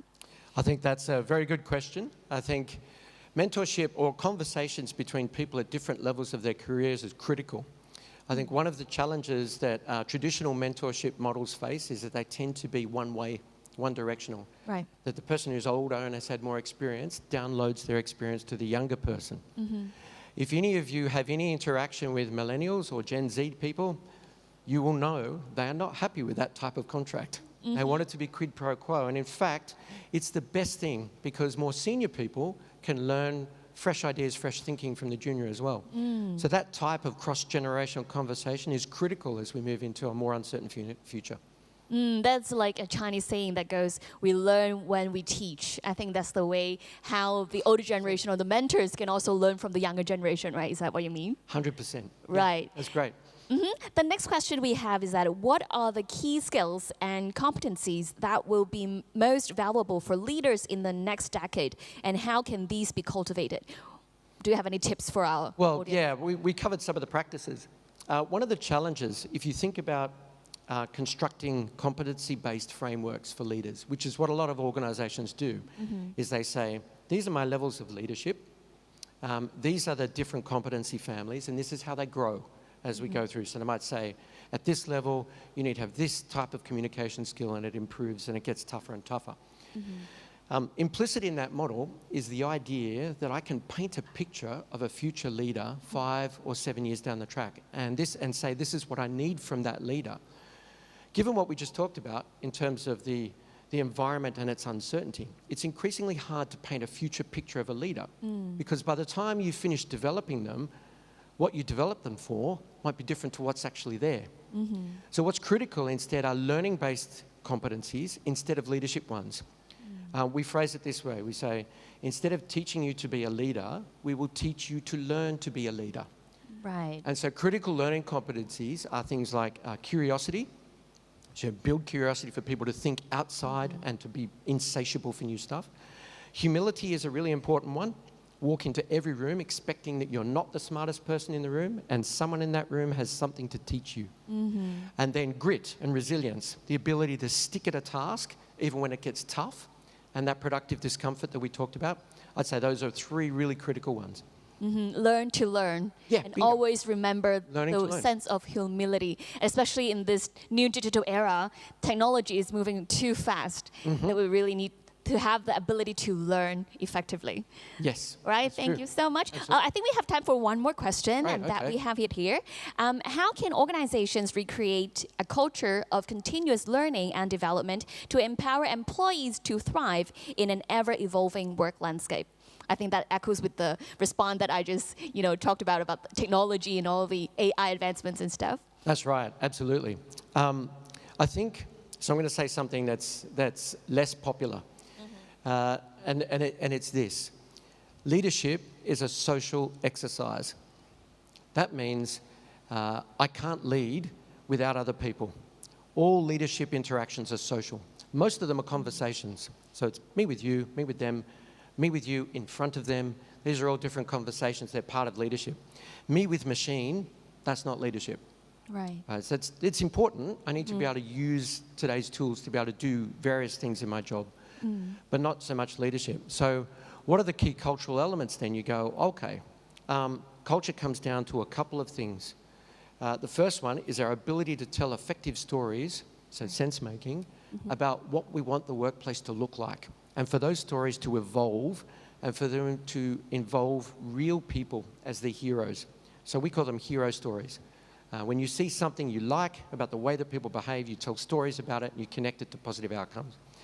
And then you do the reverse to tell stories about things you don't want to see. And those two things, let me just check. How many of us in the audience are parents? Just wave your hand if you're a parent. Me here, new mom. There you go. Me too. When I asked that question, I love nobody ever puts their hand up like this. You all kind of went, oh, I feel your pain. But it's the same thing as with your kids, right? Most creating a culture at home, if we use that language, or teaching your kids, it's carrot and stick, reinforce positive, try and make some consequence for negative, drive the culture in a way that you want. Yeah, and relating back to the workplace, I think I remember reading an article about leadership. Leadership only exists with followership. It's only with the good storytelling skills that you can have your followers and people that listen to you and follow through with your policies, your ideas. And you said storytelling there, critical competency. That's sense-making at its heart. Get better at telling stories. Right. Thank you very much, Dr. Maxwell, for your time and your presentation today. Thank you. Let's give another big round of applause to Dr. Maxwell for actually coming all the way from Australia to join us and to present to us. Thank you very much.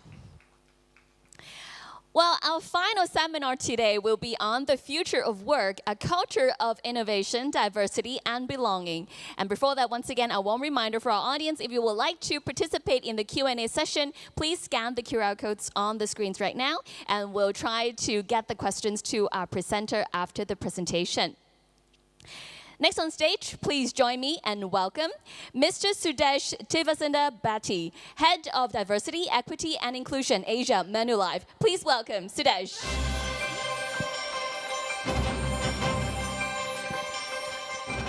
You know what? This is the last session of the day. All of you are like kind of falling asleep, and it's cold in this room. Are you feeling cold? It is. I took off my tie. I'm Sudesh, and thanks for having me here. It was a fun day. And we kept the most important topic at the very end of the day, inclusion. And why is inclusion important? And we're going to touch a little bit about inclusion. So today's session, I'm going to just show you three things. What is inclusion? What is DE&I? Why is DE&I important? And what can you do to create a more inclusive workplace so that you can attract talent? Talent today are very different. Talent today are young, are agile, and nimble. I mean, I'm in HR. I interview a lot of talent sometimes. And talent these days are not asking about what's my salary, where am I going to become a manager anymore. They're asking about company's culture.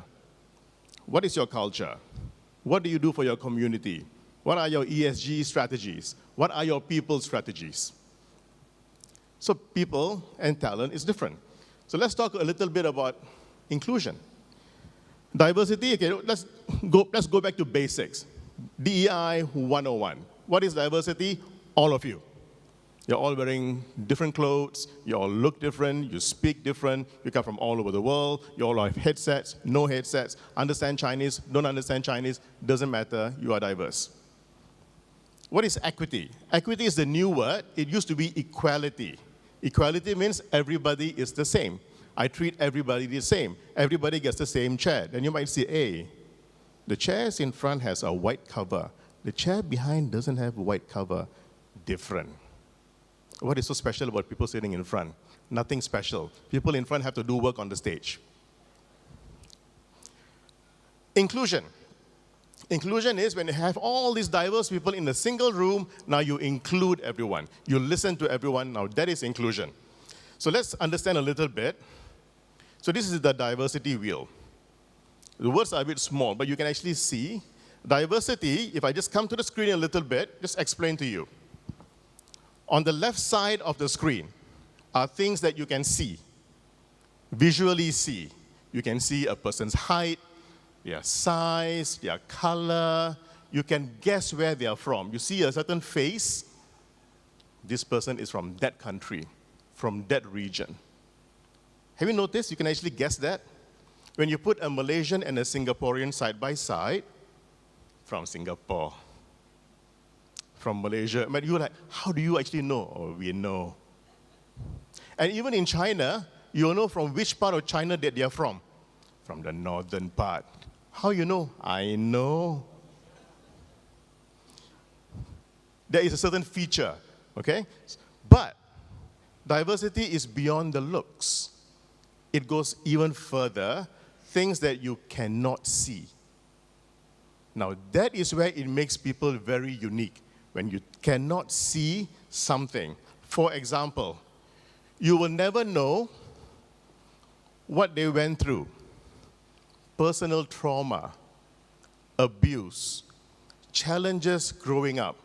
They might have a disability that they even don't know exists. It is invisible. So all this makes a person unique. So DEI is not about what you can see. It is more about what you cannot see. All right? So let's get the story over there. So in the workplace, here are just some examples. What does inclusion mean in the workplace? In your offices, or if you're looking to set up something on a DEI, here are some things. One, gender diversity. We've been talking about gender diversity for the last 60 years proper, that we need to have women representation in the workplace. Then we talk about women representation in leadership. So this is quite common. You are all aware, right? Racial and ethnic diversity. This wonderful color of brown. I can't really get skin cancer. It's quite okay, you know. Some people like to go to the beach to get darker, because having a nice tan is quite nice. So I have it for life. But skin color causes different problems, and different problems of acceptance. And I'll go a little bit deeper about that later. Generational diversity. Just 2 months ago, I was in another conference, a company conference, and this one speaker told me something that I will remember for life. So he mentioned about the problem of aging. We all know about the challenges of aging. We are all going to get old, yes. It gets worse. He said, if you are now between the age of 40 and 50, okay, you don't have to really raise your hand. Who is between the age of 40 and 50 in this room? Very hard to raise. I don't want to tell him my age. It seems if you are between the ages of 40 and 50 now, you can live up to 110 years. If you are between the age of 30 and 40, you can touch 120. Why? Because of technology. Medicine, wellness, you are eating better, you are exercising better, you are going to the gym, you are not eating meat anymore, more vegetables, you are doing exercises. And the medical surgeries that happens today is a lot better than 50 years ago. But we will all retire at the age of 60. So what do you do after 60? You got another 60 more years to do nothing. Think about it. Religious diversity. We all believe in something. You can choose to believe the person upstairs or not to believe the person upstairs. It doesn't matter. We believe in something or someone. But because we all have a choice, we have to respect that person's choice. It can be a choice of food, whether the person eats halal food or not halal food, whether the person eats beef, pork, or nothing at all, whether they only eat tofu because that makes them skin smooth. So you need to understand everyone has a different belief, and how do you find that gap? This is another personal favorite of mine in terms of disability. Disability is usually the forgotten DEI function. we always ignore disability because why? We think people who are disabled cannot do anything. We always have a sense of pity. When you're on a wheelchair, oh, I'm so sad you're on a wheelchair. Let me push you and cross the road. Did anybody sitting on a wheelchair ask you to push their wheelchair? Why do you feel like you must go and help somebody on a wheelchair? Because there's a sense of pity. Instead of giving that sense of pity, why not give them an opportunity? Another thing to think about. So DI is not just me saying it or DI practitioners saying it. A lot of surveys are saying the same. DEI is good for business. There are research after research and stats after stats. The more inclusive you are, the better for your company because you are more creative, you are able to do more things, you are more nimble, retention is better, attrition is low. Stats are proving it. And these are research not from us, but from many others.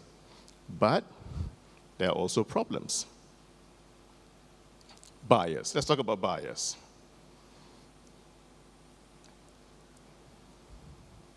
All of us here experience bias every single day in one shape or form. It can be as simple as, oh, 冇運動氣啦，哎呦，係咁嘈嘅，冇玩啦. And I hear that sometimes. Don't play with him or her because they are smelly. I use good perfume. If you come close and you smell me, I actually smell quite nice. But again, perception. So perception causes bias.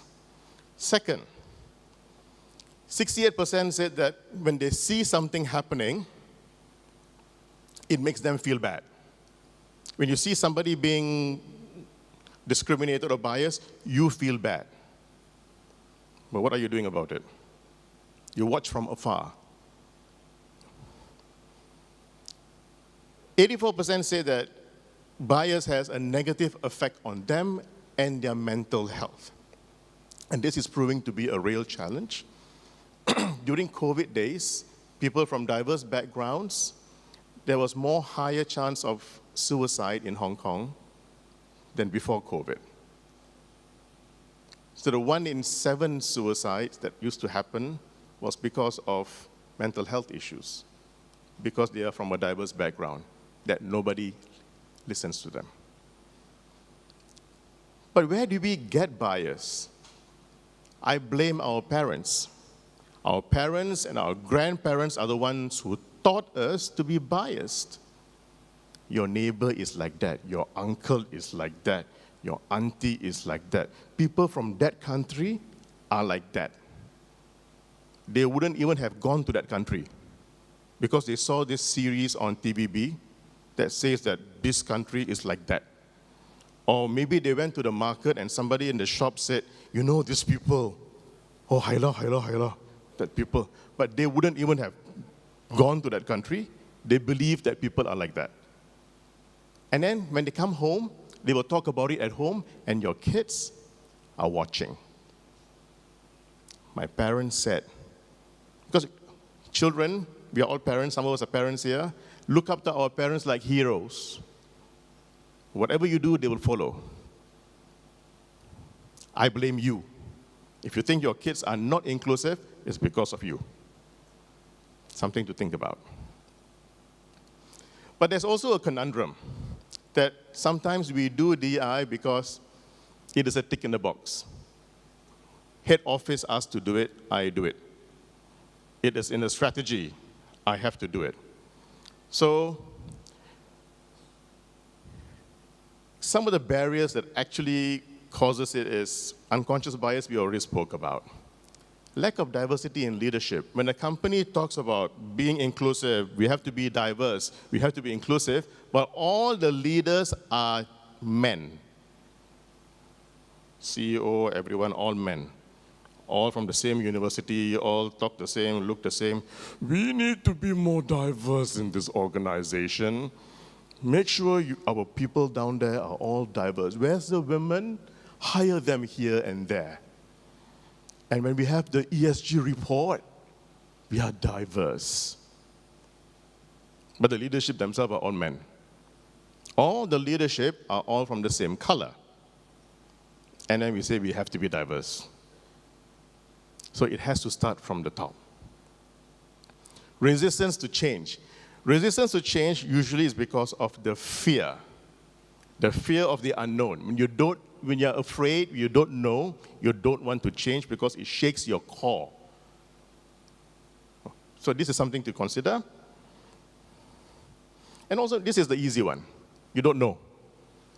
You don't know, you don't want to change, you stay, remain, and then that becomes the tick in the box conundrum. But what is really needed then? What are your employees actually asking you? If you choose to listen, they're actually telling you this. I have a voice. Please listen. Second, I am different than you, but I want to belong. Don't treat me different. I want to also learn. Why am I not given the opportunity to go for training? Everyone else gets it. Why am I not going for training? Please include me. I want to also belong in the team.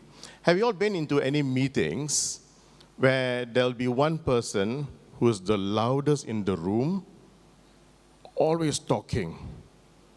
And then you're like, oh, yeah. And there will always be the most quietest person in the room. Won't say a thing.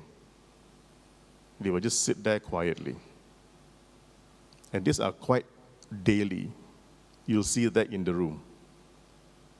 So why isn't anybody talking to the person who's quiet and only listening to the one with the loudest voice? Not everybody is perfect. We talk about accommodations. Accommodations is where you provide accommodations and accessible support for someone to do their job better. Accommodations is not just about having a wheelchair or adjustable screen, and it's not just that. Overall accommodations. And overall accommodations can be, maybe you just want to have a box under your table just to put your leg up. You do that sometimes, right? Maybe I want to have a small cabinet I can put my shoe so that I can change to more comfortable shoes in the office. That will help me work better. I don't want to walk around in my high heels all day. It hurts my calf. Maybe I just want to wear flats in the office. Those are accommodations. This is the best one.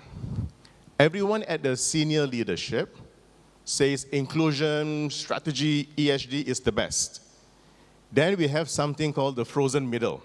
The middle managers who don't believe in it because they just want to get the job done.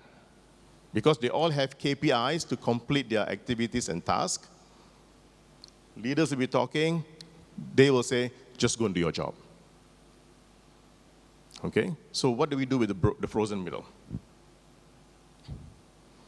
I love my job, but not sure if my workplace is inclusive for people like me. Now, this is a real problem. You like what you do, but you're not sure whether your company actually likes you. I want to celebrate my festival, but nobody wants to celebrate with me. When you're a minority community, especially like in a place in Hong Kong, there's very few of you. Very few. And celebrations and activities are fun. We like to do it together with families and friends. For example, during Ramadan and Eid just finished, maybe you might have a colleague who's just one person who's fasting, but this colleague would like to break fast with other colleagues sometimes, but nobody knows that he or she is fasting. When comes Diwali, I want to celebrate with people, but nobody wants to celebrate with me. So things like that. So why is it important? And this one everyone has said. First, it increases the return of investment. It motivates the workforce. It reduces employee turnover. You're able to tap into new markets. You can go to new places where you never sold before. You can innovate to become more creative. Resilience, it makes the company stronger. And finally, you're able to adapt.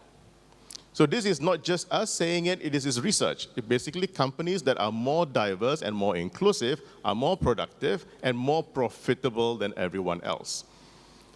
Also, there's been new research, and it's become an ESG requirement. In order for you to succeed, to be on the stock exchange, you have to be inclusive. In Hong Kong, there's a requirement that one female in the board, otherwise you won't be listed, minimally. And more bosses in the New York Stock Exchange, London Stock Exchange are putting ESG requirements into your profile. So you have to do it. If you don't, you won't be listed. So this is a must-do. This is a research that I like. Maybe I stand over here. This research was done twice. So McKinsey did this research first in 2020 called Diversity Wins. It was a survey. They repeated that survey again in 2023, and suddenly the data swing to the other side. Clearly shows it is more important than before. So your employees are basically saying, it is important, it is great for business. Why don't you do it? Because now employees have a choice. Their choice is they have feet. When they have feet means they can walk. They don't believe in you, they walk. And where will they walk to? They will apply for the golden visa in UAE. That was pretty cool, isn't it? 10 years visa-free, I like. So, yeah, Fatima's not here, she's gone. We should apply the golden visa with Fatima, she's at the back. We bring her back in afterwards. But, so what can you do? Simple steps that you can do now. So, try expanding your current hiring process. We have a talent problem in Hong Kong and around the region especially. Try finding talent from other communities and not just the majority community that you're used to. We have in Hong Kong people with disabilities, ethnic minorities, and many other minority communities who are skilled, speak the language, and are ready for you to hire. Something to consider. Develop employee resource groups. Build ERGs for them to feel affinity towards their kind, make them feel comfortable, and psychological safety at the workplace. Visible, inclusive leadership. I mentioned this already. Your leadership has to be diverse. They need to look diverse because I need to see myself there one day. If I don't see myself there, why should I work here? Which means I will never be the CEO. I will never be the C-suite. Be an ally. It's good to have a friend network. Sometimes when you feel that you want to have somebody to listen to or talk to, be there for your friend, because you don't know when you might need them. All of us are going to be disabled one day. Everyone in this room will be disabled one day. Yes, it's a frightening fact. It is true. So if you are going to be disabled one day, why can't you help another person who's already disabled? And accountability. Hold your leaders accountable. Have your KPIs and targets and measures. Track it. Make sure it is achieved. Okay? So 3 simple tips to get you started. Very easy. First is acknowledge that you have a problem. Go back to your office tomorrow. Just walk and look around. Wow, everyone the same. So you know there's a problem. So start having conversations. Speak to your colleagues, speak to forums. Let's have a chat. What can I do to make this more exciting, this place over here? Measure the progress and promote and discuss DI at work. Be open about it. Honestly, this is a fun job to do. I do this as a daily job every day. I've been doing this for the last 3.5 years. This is the best career move I've ever made. I enjoy my job because it's to make you be human. People like us, DI practitioners, are teaching others how to be human. So you don't need us to tell you to be human. You can do it yourself already. So my closing slide. So my leader, global leader, Michelle Taylor-Jones, she basically said this. It is a long journey. There is no end to DI.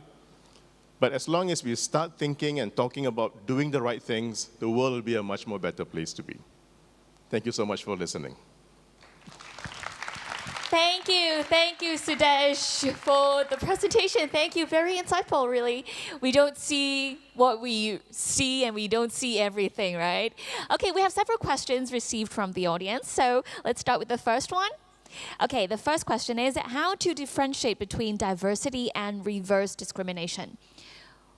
What are your views on that? Well, tough question. I know. I mean, reverse discrimination is what is happening in North America now. So we feel that DI is going backwards. You know, at one end we were trying to push for inclusion, and now it feels like we're going backwards. Because the majority feels, now I'm not heard. If you're giving only jobs to all women, what about me as a guy? If you're giving jobs to people who are from different ethnic backgrounds, what about me? So that is becoming a problem. Right. So like going back to the tick in the box thing I mentioned, don't do it as a tick in the box. Do it because you have the right skill, you have the right knowledge and the education to be in that job. It is not about how different you are. Right. What you bring to the table. So try not to just do because you are a woman, I tick you. Nope, because you are good at what you do, I put you in. That will kind of slow down the conversation about reverse discrimination. So go for the skill. And for those from minority backgrounds, if it's an advice, show your skill. Don't hide in that bubble. Right. This is a problem. Minority communities, we hide in a bubble and we scream out for help. Break that bubble. Come out and show the skills that you have. Then others will see it. Right, to see and be seen and equip ourselves, right? The next question we have, I think, is a very interesting one. The question is, how do we balance between DEI and pure meritocracy? So it's very similar to that, right? So meritocracy, yes, if you're good, you get a job. Yeah. So some examples, like, okay, how do we include women into the workforce? So simple example. So for example, if you have a hiring slate, if you have 10 candidates being presented to a hiring manager, make sure that it is balanced. Half-half, different backgrounds, and present it. Second, when you're hosting the interview, put the women first. Right. Put in the women first to meet the hiring manager, the men later. The problem is when the men are interviewing, we have this affinity bias. The moment we hear another guy, hey, your already mind is set that this is the talent that you want to hire. So all we are saying is flip it the other way around. It is still a meritocracy, right? But you're giving another opportunity. So there are certain things that you can do. Your hiring panel, make sure that your hiring panel is diverse. Make sure that it is different backgrounds, different gender, different skill sets to hire the right talent into your workforce. So there's many more things like this we can do, actually. That's a great way for our management to take reference from, and because we're always affected by the first impressions, right? So it's a good way to do that. Okay, the next question is, how can companies effectively manage and support remote and hybrid teams to maintain a culture of innovation and belonging? This is we get asked this question all the time. Right. You know, in-person, hybrid, remote, and all this happened post-COVID. And during the pandemic, everybody was at home. Now everybody is back to the office. And even we are feeling the same pressure, and I think most corporates are feeling the same. Not everybody is at work at the same time for you to do an employee engagement activity. Or when you do an activity, not everybody attends. They prefer to watch the event from a screen. Yeah. And the other one is they don't turn the camera on when you're on Zoom. Yes, they're just there online, but you don't see them. Online, they're not there. They're in a meeting, you're not there. I spoke to someone last week. They actually said they forgot how their colleague looked. Seriously? It was 3 years ago that she hired him. And because it's always on meetings and he never turns on the camera, she doesn't know how he looked. And one day he came to the office to exchange the laptop, because every 3 years he must change the laptop. Yeah. He came and said, hey, boss. She's like, who are you? So, you know what? Please turn on the camera. There's the least that we can do. It's a form of respect. You know, there's always no, I'm not camera ready. What does that even mean? You know? So I think this is how we can actually balance between hybrid, work from home, readiness. But of course, some minority communities need to work from home. People with disabilities, better to work from home sometimes because then it's easier for them. They are familiar in their environment. So we need to be flexible as well to different kind of talents into the organization. I think it's all about a balancing act, how we can like strike a balance between the needs of our staff and also the effectiveness of work. And that is what you mean by equity. You understand everybody has a different starting point. Yeah. So how do we find that equitable balance so that they can be highly creative? Right. Okay, we have one last question here. And the question asks, what strategies can organizations implement to ensure that their leadership teams are diverse and inclusive? Fire everybody that looks the same and hire difference. Isn't it the easiest thing that you can do? You know what? It has to be, the tone has to be from the top. The tone from the top is don't just say, do. Right? Because the people who are actually watching are not your colleagues who are watching. Your customers are watching. Right. We, as customers, we can choose who we want to buy from. So if we see you doing something that is not aligned to my belief, I won't buy from you anymore.